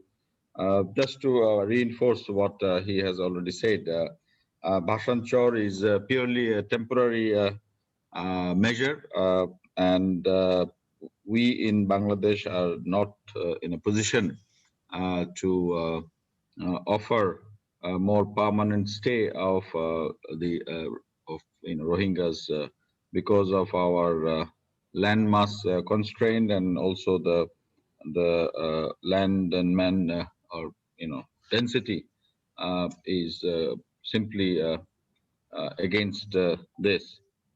Therefore, Bhashan Chor again is a temporary relocation measure, and our main aim or priority is to have the Rohingyas go back to or return to their homeland, Myanmar in the Rakhine province. That's our main aim. And Ambassador Farooq Saban rightly mentioned that the congested camps are also rising or giving rise to security and other trafficking issues at the moment, and therefore decongestion and de-risking was necessary. We are also building barbed wire fences around the camps so that these elements cannot operate freely. On the UN peacekeeping operation success and how we can leverage our economic diplomacy in African countries. Very, very good and relevant question and observation.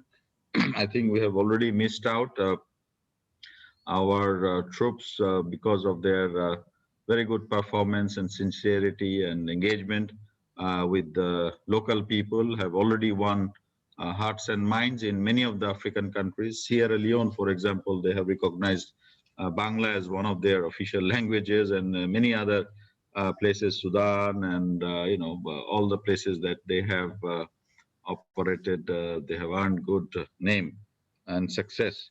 What we should have done was to immediately follow it by having some kind of presence, whether it is a trade mission or exploratory mission, so that this could have been immediately cashed in. But unfortunately, we couldn't didn't do that. But it's never too late to try to take advantage of the good work or the groundwork laid down by our Army, Navy, Air Force, and police personnel in most of these African countries. On the question of ICJ and ICC and how these would play out in the coming months and years. These are slow processes, as we know. We're helping, or whenever our assistance is required, we are offering that to both of these mechanisms to pursue accountability so that the perpetrators are brought to justice.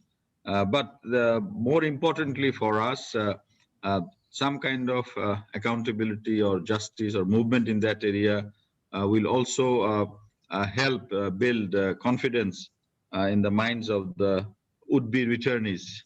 If they see that justice or action in that area is actually taking place, then they will have some confidence or courage to return. But if they see that the perpetrators are still moving around or roaming around or doing whatever they were doing, then obviously once they get that kind of information, that will deter them from crossing over to the border in terms of the repatriation process. Therefore, this is also important and should be pursued simultaneously. Now, the new U.S. administration of President Joe Biden and Kamala Harris, we are seeing some changes and some rhetorics also undergoing some changes. But I don't think the U.S. Basic foreign policy will change too much, apart from re-entry to the multilateral front, the climate change, and the immigration and some of the issues. And we also know the track record of the Democrats, and for that, some of their favorite topics. We are fully aware of that, and we are ready to engage in those areas as well. Bangladesh has progressed a lot, but each country has its own priorities and its own specific conditions or specificities grounded on its socio-economic, cultural, historical context. Therefore, we have seen too much of freedom, as in the US, the First Amendment has given them, has its downside, and all kinds of human rights or freedoms or freedom to do this or freedom to do that should be also coupled with the responsibilities or obligations An advanced country like US, we have seen how we have to balance these two aspects. Therefore, in developing countries or countries like Bangladesh, we have our own specificities, and we will be able to deal with whatever the new administration brings to us. Thank you. If I can add very briefly one quick point to what Foreign Secretary has just said. In the case of US-Bangladesh relations, here again, we are going to be in a very competitive environment in Washington.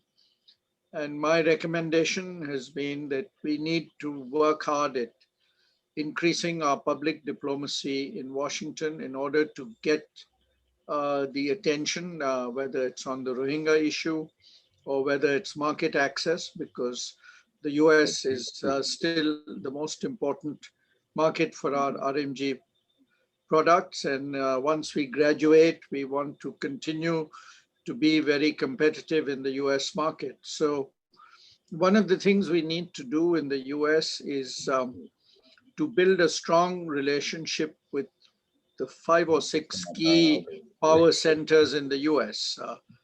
It's not only the administration, it's the Congress, it's think tanks, it's the private sector and the chambers, it's the media. And we need to use the Bangladeshi diaspora. We now have a very well-established, I'd say very effective, successful diaspora in the US. The entire turnaround in US-India relations, which took place during the last 2.5 decades, starting with the Clinton administration, had a lot to do with the Indian diaspora and the role they played. This was a Congress which at one time was extremely anti-Indian in its disposition. Today, next to Israel, the most influential lobby within the US Congress, election after election, has been the Indian lobby. And this is entirely due to the Indian diaspora in the US. So we need to reach out and make full use of our diaspora, not only in the US, but I'd say in the UK, in Canada, and because we now have our diaspora, people who permanently become citizens of other countries. It's a sizable number. I estimate that it's close to 4 million, as against roughly 7 million temporary workers in the Middle East, Malaysia, and Korea, and Singapore and Japan. Thank you. Thank you. Madam, can I get the floor to ask a very short question to Honorable Foreign Secretary? Yes, please. Sir, I would like to argue that Bangladesh foreign policy is one of the least studied and very underexplored area of study for the academics and scholars in Bangladesh and also around the world. And one of the reasons for this, my argument would be that there is a very lack of or shortage of primary source data. And in many other country contexts, academics do have access to official documents and archives. So my question is, does the Ministry of Foreign Affairs have any archive? Do you have any historical data regarding the foreign policy decisions that could be made available to the academics? And I'm pretty sure that Dhaka University IR department would be happy to collaborate with the Ministry of Foreign Affairs to do some evidence-based studies on the history and the contemporary nature, because in order to make a very supportive stance for the Bangladesh foreign policy, to make arguments about whether issues on Rohingya or climate or disaster or UN peacekeeping, there's a need for an epistemic community to make arguments and to present the evidence. Unfortunately, there's a huge gap between what we teach and what you do. And the only way to bridge the gap is to make data available so that we can do scientific study on the decision processes and the decision outcomes. Thank you, sir. Yes, Ambassador Momin. Thank you for this very important question, and I think the necessity of having everything of importance archived and made available to the public as well as to the interested, academia and researchers is very important. We have, from time to time tried to develop this archive, but subject-wise, for example, recently we are compiling all the MOUs that Bangladesh has signed with different countries. So we are doing that right now, and we are also trying to digitize this archive, kind of a digital archive, along with the physical archive. But in the true Western sense, or the sense of, as we see in foreign ministries of the European countries and other advanced economies, we still do not have that kind of database to share with academia. But I can assure you, if the Department of IR reaches out, or we can also contact you. So jointly, we can also collaborate to develop this area so that researchers can indeed start writing more and more on the basis of primary information. So I take your point seriously. Thank you. Thank you, sir. Thank you. I can see two of our students have raised their hand, Nafisa and Sifat. Nafisa? Nafisa, are you there? Sifat? Yes, ma'am. Thank you for giving me the floor. I really love learning from this session today from our esteemed panelists. Thank you. So my question is, as we were talking about image building of Bangladesh, we know that terrorism is a very sensitive issue when it comes to attracting foreign investments or building a positive image. So is there any specific foreign policy strategy to address this issue, especially when it comes to religious terrorism? Thank you.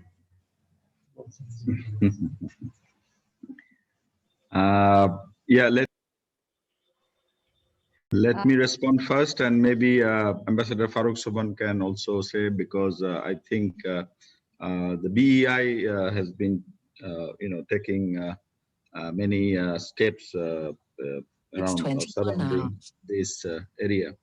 In the Foreign Office, of course, we have this highest level pronouncement from the Honorable Prime Minister that Bangladesh has zero tolerance to any terrorist outfits operating in Bangladesh, and also against any kind of religious extremism or xenophobic activities.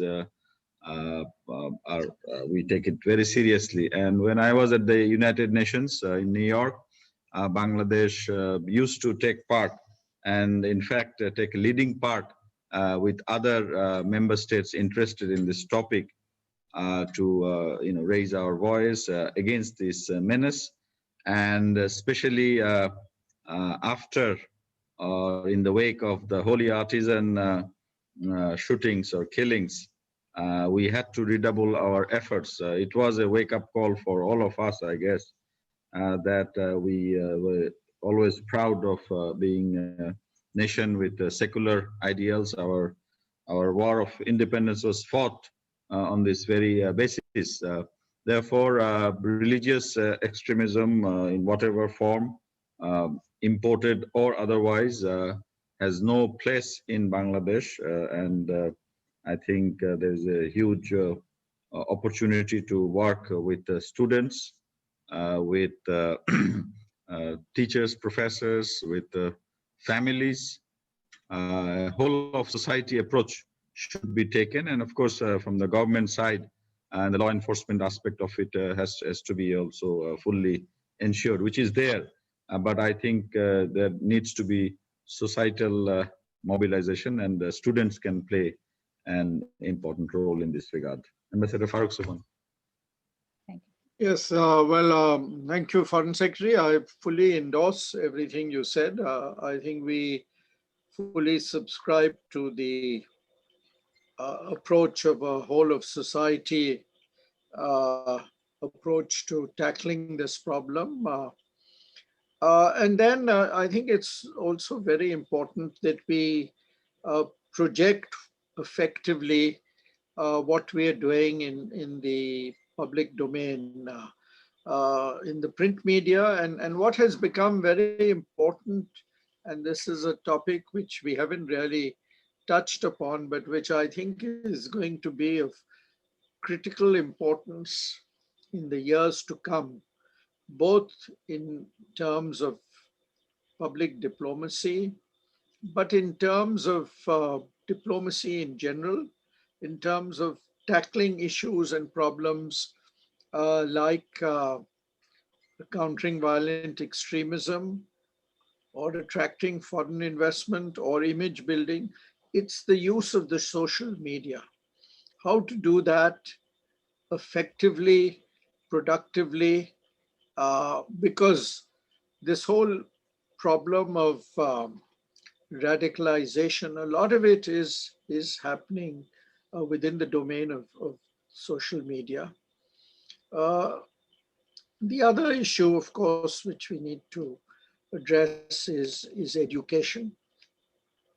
And we need to also work hard, and I think this is very important in this whole of society approach. The programs which BEI has been doing in the domain of countering violent extremism, we have now been working in throughout the country in at least 60 of districts across Bangladesh. And you need to work with housewives, with school teachers, with youth. But we need to also, project this effectively. And I think it's very important, particularly out in the rural areas, in the districts, for this whole of society approach, for NGOs, civil society, the media, the district officials, the elected officials, to work together on this issue. I don't think it can be left to any one segment of society to deal with this problem. And we have to accept the fact that this is going to be an ongoing challenge, and we have to be on top of it. So the work goes on. And I would say that so far we've seen that if we apply ourselves effectively to this, we can be on top of the problem. Thank you. Thank you, Ambassador Suhan. I can see Mohammad Raihan's hand, and also my colleague Ali Siddiqui. He has two questions. Ali, would you want to go first? Ali Siddiqui? Yes, ma'am. I think if Ambassador Masood bin Momen has the time and Park Sowansa has the time to explain. Yeah. Shall I read out? Yes, please. Yeah, the first one is like we have seen Bangladesh has signed one preferential trading agreements with Bhutan. I was wondering if we have any other something like this in the pipelines that we are going to see in the coming days, and what are the concrete steps that Bangladesh took in the last decade or decade and a half to achieve further meaningful regional integration in South Asia, like as a leader of the smaller states in this region. Thank you. Okay, thank you. Raihan, your question, please.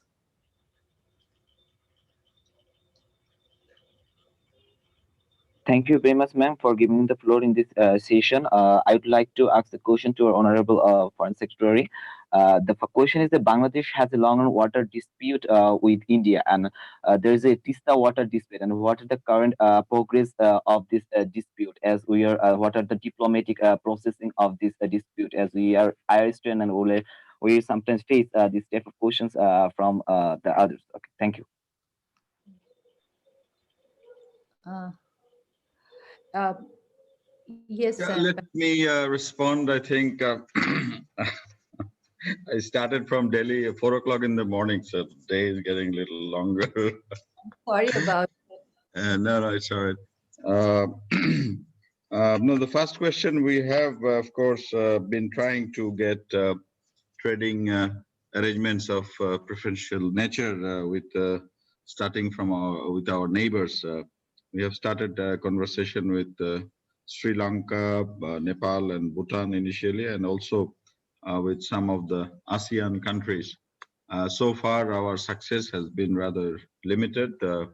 Only with Bhutan we did it on the occasion of the anniversary of their recognition to Bangladesh on 6th of December.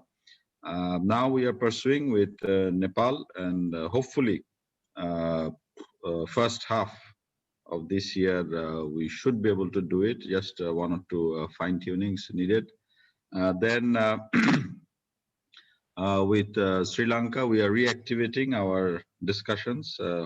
They have some issues, but we will push it. In ASEAN, we tried the individual countries, Malaysia, I think, or Singapore, Malaysia and Indonesia, and also maybe tried to approach others. But now it seems that if we have one agreement with the whole of ASEAN, that would be better rather than having individual arrangements being pursued. But we had, for a long time, SAFTA and SAPTA, and also under BIMSTEC, we were pursuing trade issues as well. Therefore, Bangladesh has always been in the forefront in this regard, and have actually secured under SAFTA, the LDC SAFTA has a special arrangements. But once we are out of the LDC group, then many of the traditional preferential treatment that or concessions that we are used to will no longer continue. Therefore, it is all the more important to have different sets of arrangements. In India, we discussed about SEPA, comprehensive economic arrangement with India. They are interested. We are supposed to have a joint research undertaken by two of the research institutes of the two countries, and on the basis of that we can pursue that as well. Therefore, we are hopeful that in the coming months and years we'll redouble our efforts, not only with neighbors but also with countries like Japan or Australia, wherever we stand to gain. Mr. Raihan's question on the water dispute, yes, we also took up this issue with my Indian counterpart day before yesterday, and raised this issue, saying that it's a huge expectation in Bangladesh when this treaty would be delivered and made actionable. They assured us that they would also pursue this, but as we all know, there is a problem or an issue of federal government versus state government and their understanding. So this is something which we cannot directly get involved. So it would be up to India when they can resolve these issues within their constitutional limitations and deliver the goods for Bangladesh. But one point we agreed that while we pursue this, there are 6 other common rivers where we can also make progress, and that should not be held hostage to this one. there are 54 common rivers. So obviously there's a lot of cooperation and understanding need to be pursued in the coming months and years. We hope to resolve them, but as it is often seen between neighbors, between close neighbors, there are also a lot of issues, and the deeper the relationship, becomes more and more issues come to the front. But if we have the necessary political will and the frameworks to pursue these issues, then to the mutual benefit of the neighbors, eventually we can solve these problems. So with that note, thank you all for your very interesting and brilliant questions. Maybe I was not sharp enough because of this long day, but maybe on a future occasion, we can have more interactions. Thank you. Foreign Secretary, can I ask you a question? A very short question, which is really a part of Mr. Siddiqui's question. Are we to give up on SAARC altogether? Should we bury SAARC, or is there any hope for the future of SAARC? And was this discussed at all in Delhi?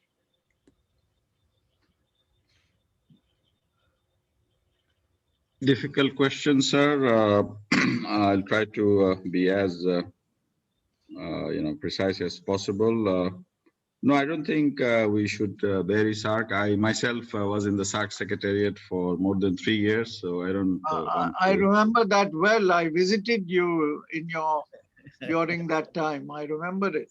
A lot of my time, energy, passion were invested in SAARC. No, I think it's a very politically sort of rooted problem right now, and it is stuck whether Pakistan will host the summit and whether India and others are ready to go there. But there can be a solution if we can have a digital sort of summit.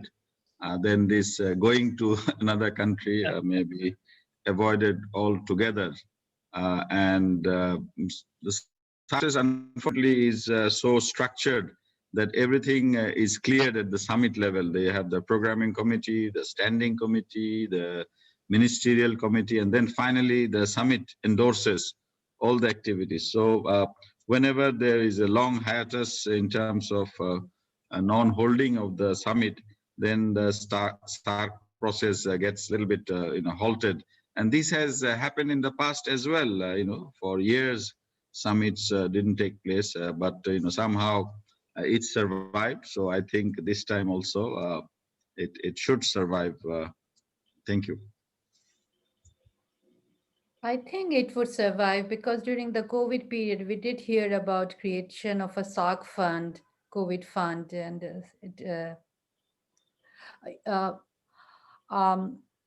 since you have to leave, I'd like to thank you profusely for being with us despite your very busy schedule.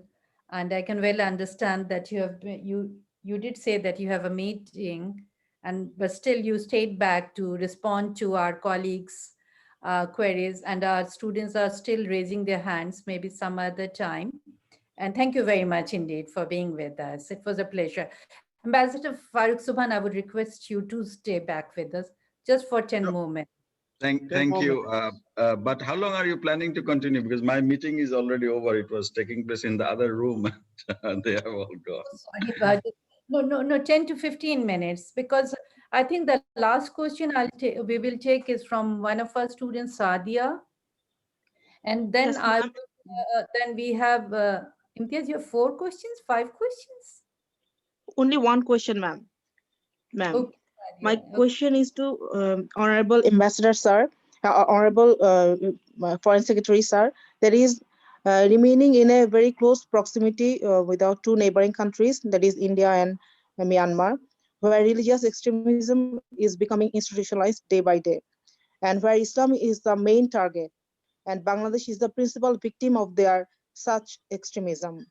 Often we hear very objectionable words from their ministers and leaders as well. So why don't we see any bold reply from our Ministry of Foreign Affairs or from any corner of our government? My question is to Honorable Foreign Secretary. Thank you, sir. Very tempting question, but I'll not give you the answer that is desired, perhaps. And that is different countries, different governments, different political parties, they behave differently. And we have seen, not always we get the same or good results. Look at Trump today. He has been doing his foreign policy pronouncement through Twitter. And of course, he hogged, as Ambassador Farooq Subhan mentioned, hogged the media all over the world. But it didn't earn any particular respect or for himself or for his country. Therefore, retaliating every time there is something which we don't like is not the way. I mean, we have to understand also the the constraints and the context of such actions. We would like to do diplomacy or conduct diplomacy more silently. We have our clear development agenda in our mind. We want to progress with our people, and we are doing that in a very good way, thanks to our bold and courageous leadership. We don't want to be distracted by any diversion created by any leaders around us because of certain politics for the constituencies of those particular leaders. Thank you. Thank you, sir. Ambassador Subhan, would you like to respond to this? Because you were also Foreign Secretary of Bangladesh and you were also part of the Foreign Ministry. Well, What our student is asking is that why don't we respond? I think it's a difficult question to respond to. I think what we need to do, however difficult and this may sound, is to try and convince our friend and neighbor that some of the developments, although they may be purely a part of within the realm of their own domestic politics, could influence public opinion within Bangladesh, and could also have implications which may adversely impact on the bilateral relationship. I see this as a big challenge. I have no simple solution or remedy. I think we find ourselves in a rather unusual situation. It is a challenge, but maybe this is also something where some of the major powers can play a role in trying to tone down the rhetoric. And again, this is perhaps an issue where the government may need the help of other sources to try and build bridges. I don't see this as an easy problem. And in fact, it's something which also applies not only to Myanmar, where there has been a lot of, and where they've used social media really to fan the flames of this religious fanaticism. But it's also there to some extent, even in Sri Lanka. So we need to really think very hard in Bangladesh about how we can tackle this problem without it adversely impacting on our own public opinion and its possible reaction, and B, on bilateral relations with our neighbors, because certainly, as the Foreign Secretary has stated eloquently, it's very important for us to have the best of possible relations with all our neighbors. And sometimes we need to put that at the forefront and put aside some of the areas of where we are not entirely in agreement, in the hope that in the larger interest of the relationship, there will be a change in the thinking and approach. But that's more in the nature of a hope. Thank you. Thank you, sir. Yes, sir. Imtiaz had wanted to ask something, and then we have Shahab also. Shahab Inam Khan and Imtiaz. No, I thought since Foreign Secretary is here and also the academicians and researchers, just three things. One is we must remember that the friendship towards all, malice towards none is a pre-71 formula, principle that Bangabandhu put it in the 1970 election manifesto. This is very important historically to understand. And if you look at the 1970 election manifesto, it clearly points out why the friendship towards all, malice towards none was put precisely at a point when you have a Cold War, and precisely at a point when Pakistan was member of NATO and SEATO, and Awami League in 1970 election made it very clear that they want to distance themselves from NATO and SEATO and the Cold War politics. So friendship towards all, malice towards none has a civilizational context to Bangladesh. It did not just come all of a sudden.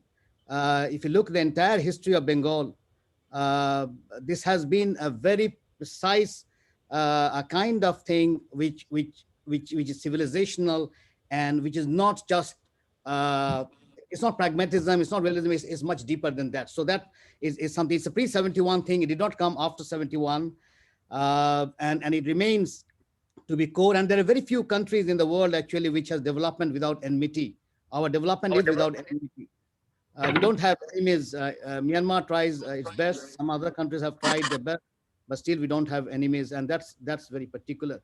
This is one point. Second point, since Foreign Secretary talked about the issue of corruption, and also Farooq Bhai referred to the issue of corruption and image. I think one thing is missing in the equation, and this is missing also in the TIB equation, is where does the money go? You see, the money go to the developed countries, which talks about transparency, which talks about having a corruption-free society. Now, this has to change because they know it's illegal money. They know that it has been invested. People are buying Begum Para or whatever, things, and they're friends, they're our relatives, and we know it's unlawful money. So I think it's high time that Bangladesh should start engaging with these countries, whether it's Canada or United States or UK or Australia. They look, you give immigration, that's fine. But then when it comes to immigration, it's not only the migration of labor, but it's also the migration of the intellect, which is also fine. I have no problem with that. But then there are two other migration that takes place along with the migration of labor and the migration of the intellect is the migration of profits and the migration of the property. The property also gets migrated. And that we need to stop. If we want to become a developed country, the money has to stay in Bangladesh. And this is, I think, it's important that our officers start dealing with all these countries who otherwise talk about transparency and Bangladesh being corruption. But if you are taking that money, then you also complicit to that particular kind of corruption that we are talking about. And finally, this is a small one. It's this is something that Ashraf raised. My center is working, or the university is working with the Ministry of Foreign Affairs in bringing out 25-volume Bangladesh Foreign Policy Pedia. Ministry of Foreign Affairs is a member of that committee, and 3 volumes will come out in 2021. And hopefully, when all the volumes, 25 volumes would come out, I'm sure some of the questions that you have in your mind regarding some of the things that the archives and the Ministry of Foreign Affairs they have will be there in those 25 volumes. I just wanted to flag that, just to make it clear that yes, we have been working for last almost more than 5 years now. Thank you. Thank you. Shahab? Thank you, ma'am. Since I have the privilege of having 2 foreign secretaries sitting here, and I have worked with Ambassador Subhan for the last 16 years, as you know, so I can't stop this temptation of asking this very basic question to both of them, since they belong to 2 different generations altogether. The first thing is, how much public perception actually matter in the foreign policy making of Bangladesh? Because I had at least 2 hours of kibble with Shiv Shankar Menon on this issue. And apparently the result of that particular discussion led into some sort of elitist understanding of foreign policy. So that's something I wanted to know. And the second thing is that as Foreign Secretary has talked about SARC, and certainly we really put a lot of faith on SARC. But the problem lies is, how do we make it functional? And in the context of BIMSTEC, are we going to see some sort of limbo in future unless or until we really push for expansion at some point of time? Because even if you look into the UN Human Rights Commission's or Human Rights Council's meetings, essentially all these countries that voted in favor of Bangladesh, particularly in terms of the Rohingya refugee crisis, some of them are actually from ASEAN. So it is also a very high time for us to really look forward to these countries and how we can actually include them into the BIMSTEC system. So therefore, I think this is another perennial thing that we must address at the moment, whether the other countries are really willing to see the expansion of BIMSTEC or not. But perhaps because of our own interest, we should go for that. And the last thing is, obviously, I'm on Dhaka for obvious reason, is I'm traveling back from Cox's Bazar, and I was sitting with at least 4 types of groups in last 2 days in Cox's Bazar, sitting conflicting groups. And one thing that I was trying to convince them by saying that, look, everything that you do in terms of conflict essentially puts us to believe in the Myanmar narratives. And obviously, that's a major problem that I'm dealing with at the moment. But apart from that, again, BIMSTEC comes at a moment where we really find Myanmar sitting there, we are sitting there, Indians are sitting there. And perhaps the Chinese now have a greater interest in engaging with BIMSTEC. And even the China-Myanmar Economic Corridor is coming up, and our policies regarding CMAC has to be clear. And that's exactly what I wanted to learn from these 2 esteemed and distinguished speakers who has enlightened my alma mater like anything today. Thank you, sir. Thank you, Aminapa. Thank you, Shahab. Ambassador Subhan? No, I think Foreign Secretary should go first.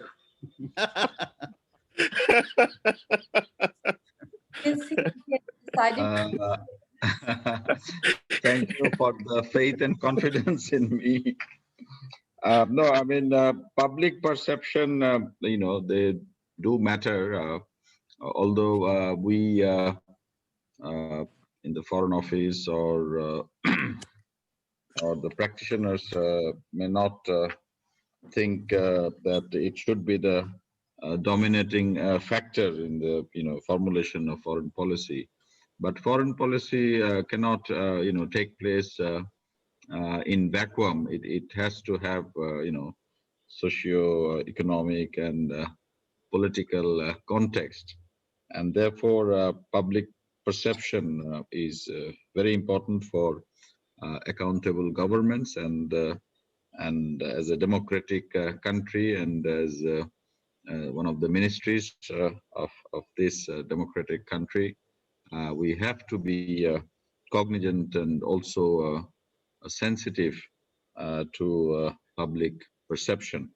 Therefore, it should not be dominating or influencing foreign policy, but we have to take note of the sensitivities of public perception, be it engineered or generated by any particular quarter, or that is the general perception of the general people, or the civil society and the NGOs and academia.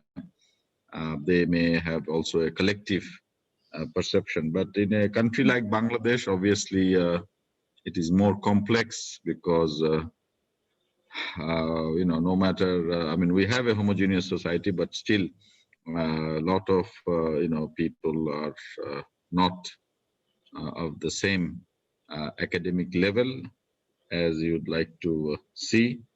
Therefore, how many public perceptions are there and which public perception is more important, which group is more important, who makes that decision. At the end of the day, everybody has one vote in a democratic culture.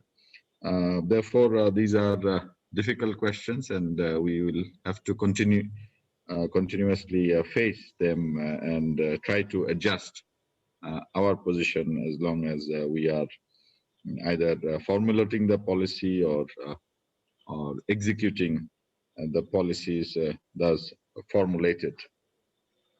Regarding SARC, whether or how functional it can become, I think Professor Amina Mohsin also mentioned that even during COVID, we have seen that Prime Minister Modi was very quick to convene a SARC summit.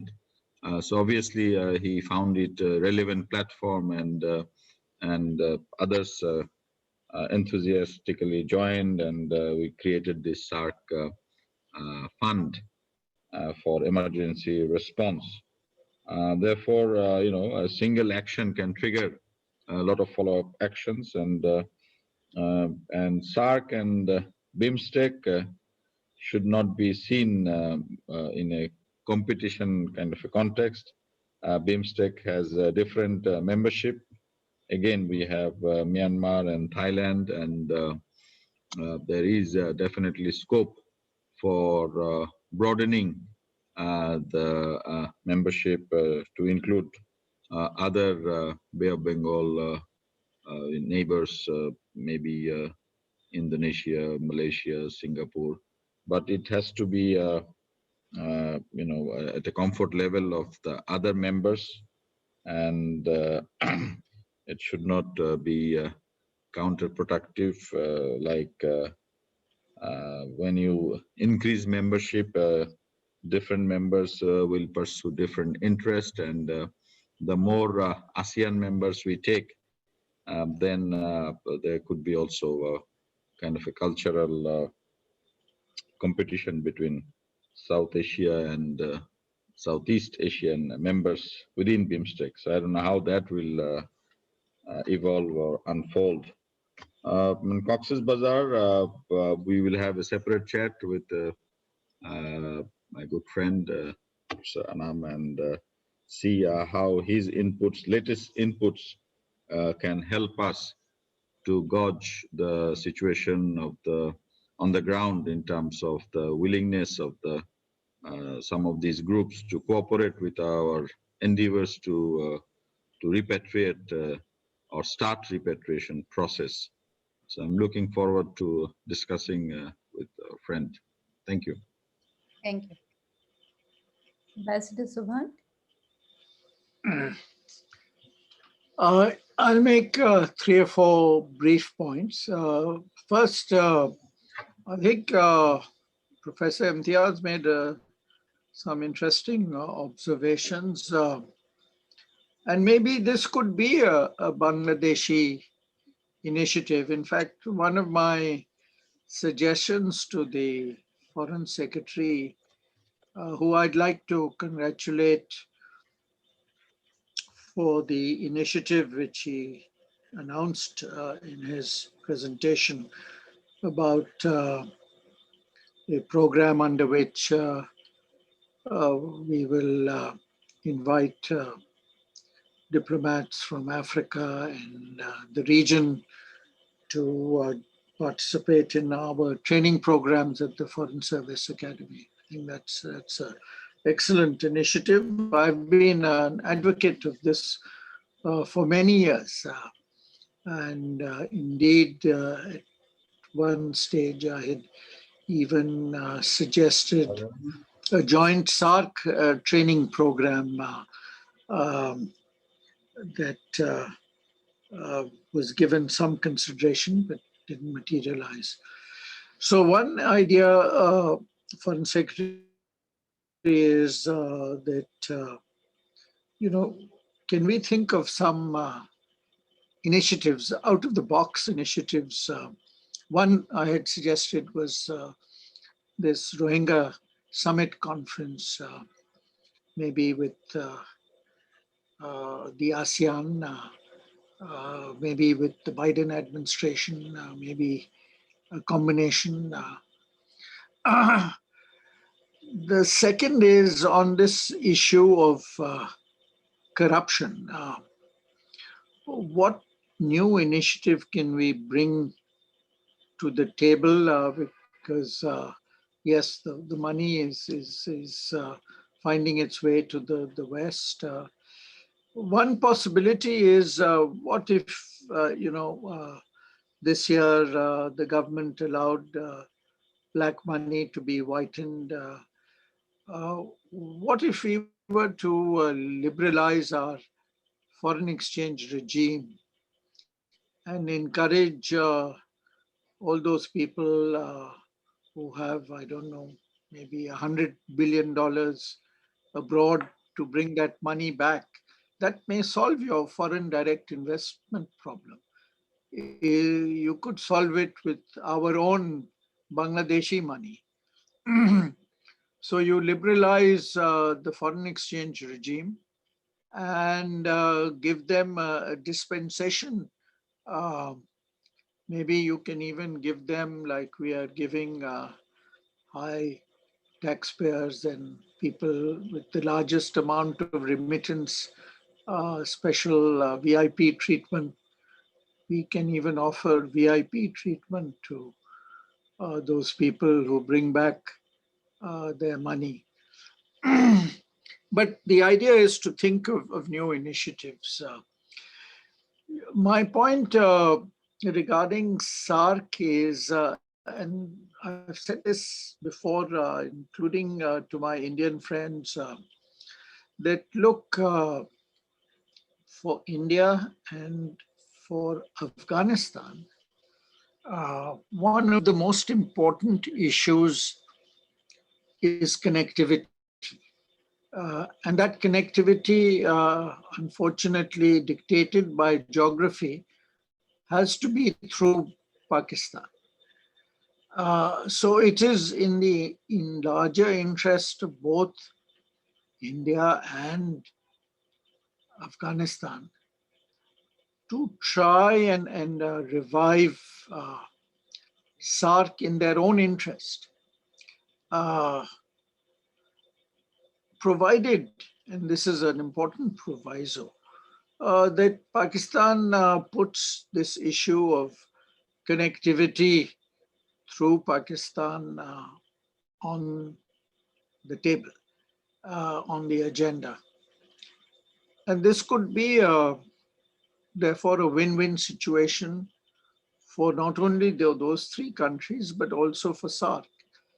And my second point is that, can't we learn any lessons from ASEAN, from the EU, and most important of all, from the Organization for African Unity? The Africans have 10 times more bilateral disputes than we have within South Asia. But that has not affected the progress of the OAU. Why is it that whenever there is a problem between India and Pakistan, that SAARC has to come to a standstill? Can't we move forward on the SAARC process without allowing the India-Pakistan problem stand in the way? And to you, Foreign Secretary, can't you take an initiative to do something about this? Can't this be another one of those Bangladeshi initiatives? I hesitate to say this, but I thought I should nonetheless mention it. As chairman of the Board of Investment, but I put forward this proposal to Prime Minister Hasina when I was Foreign Secretary. Unfortunately, I had to pay a price for it because then she appointed me after I retired as chairman of the Board of Investment, even though I told her that the tradition was that a retiring foreign secretary normally goes to Washington. The proposal I gave her was a tripartite business summit involving India, Pakistan, and Bangladesh. When this proposal was put forward, and she insisted to put forward this proposal directly to each of the two prime ministers. It was to Mr. Gujral and to Mr. Nawaz Sharif during the SAARC summit in Male in 1997. I was asked to make the presentation. And I still remember both the prime ministers loved the proposal. Both the Indian and the foreign secretaries cornered me afterwards, and they both wanted to cut my throat on the spot because they felt that this was an extremely sacrilegious proposal which Bangladesh had put forward. But we had the summit, and I think we got some good results out of it. So my retailing this is more in the context of the need to think out of the box, to take initiatives for Bangladesh's foreign policy to be proactive and not reactive. And I think as a tribute to the father of the nation, whose centenary we are commemorating, and as a tribute to the Golden Jubilee, let us think of some initiatives. For the Silver Jubilee, we had President Mandela, who at that time was the most sought after president, come to Bangladesh. So what other initiatives can we take during our Golden Jubilee year that will put Bangladesh on the map? Shahab, I hope I have partly answered your question. 100%, sir. The other answer I would give is we all need to take social media more seriously in terms of ascertaining public opinion, because the opinion of the youth and the next generation is going to be very important for the future of the country. Thank you. Thank you. Thank you very much. I think it has been a privilege for my department, for our students, and the audience over here to have two foreign secretaries from two different generations and two different contexts speak to us about the transformations of Bangladesh diplomacy and foreign policy. And as we could gather from your deliberation, Bangladesh foreign policy and diplomacy indeed has come a long way.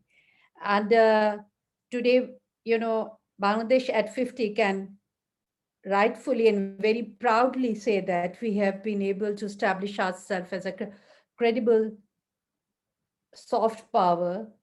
As the Foreign Secretary pointed out, that we have launched into cooperative diplomacy. Ambassador Farooq Subhan, you constantly talked about taking a holistic approach towards diplomacy and foreign policy and the importance of public diplomacy. And the most important thing is, for me, I would say that is how to bridge the gap between the academia and the practitioners. And as Imtiaz pointed out, that the Center for Genocide Studies is already bringing out 25 volumes of Foreign Policypedia.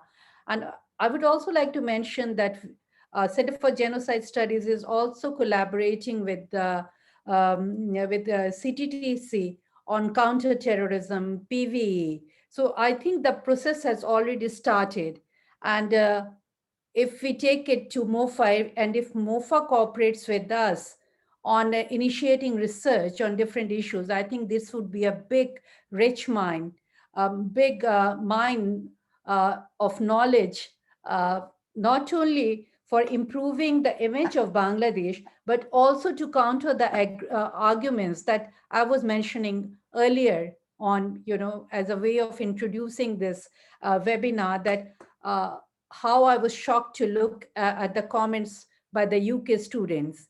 And today, I think we can rightfully say that Bangladesh does have a foreign policy of its own. It's not about ethnicism. It is not about foreign relations. With that, I would like to request my colleague, Professor Dr. A.S.M. Ali Ashraf, to give his vote of thanks. Ashraf. Thank you, Madam. On behalf of the Department of International Relations and its Journal of IR Committee, I would like to thank the two panelists, Ambassador Farooq Subhan sir and also Ambassador Mr. Masood bin Momen.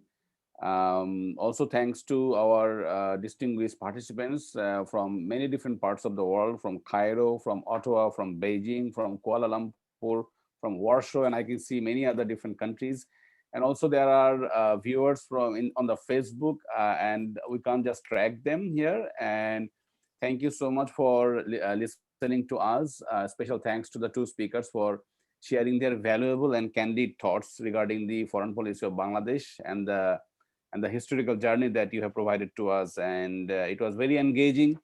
And the two reporters and the organizing committee deserve special thanks. Thanks to the B.D. Rain of the University Grants Commission for facilitating the technology part.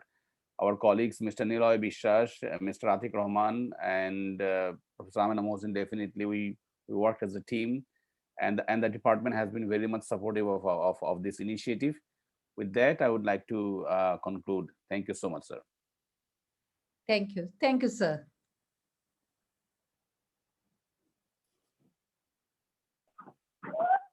Thank you. Thank you much.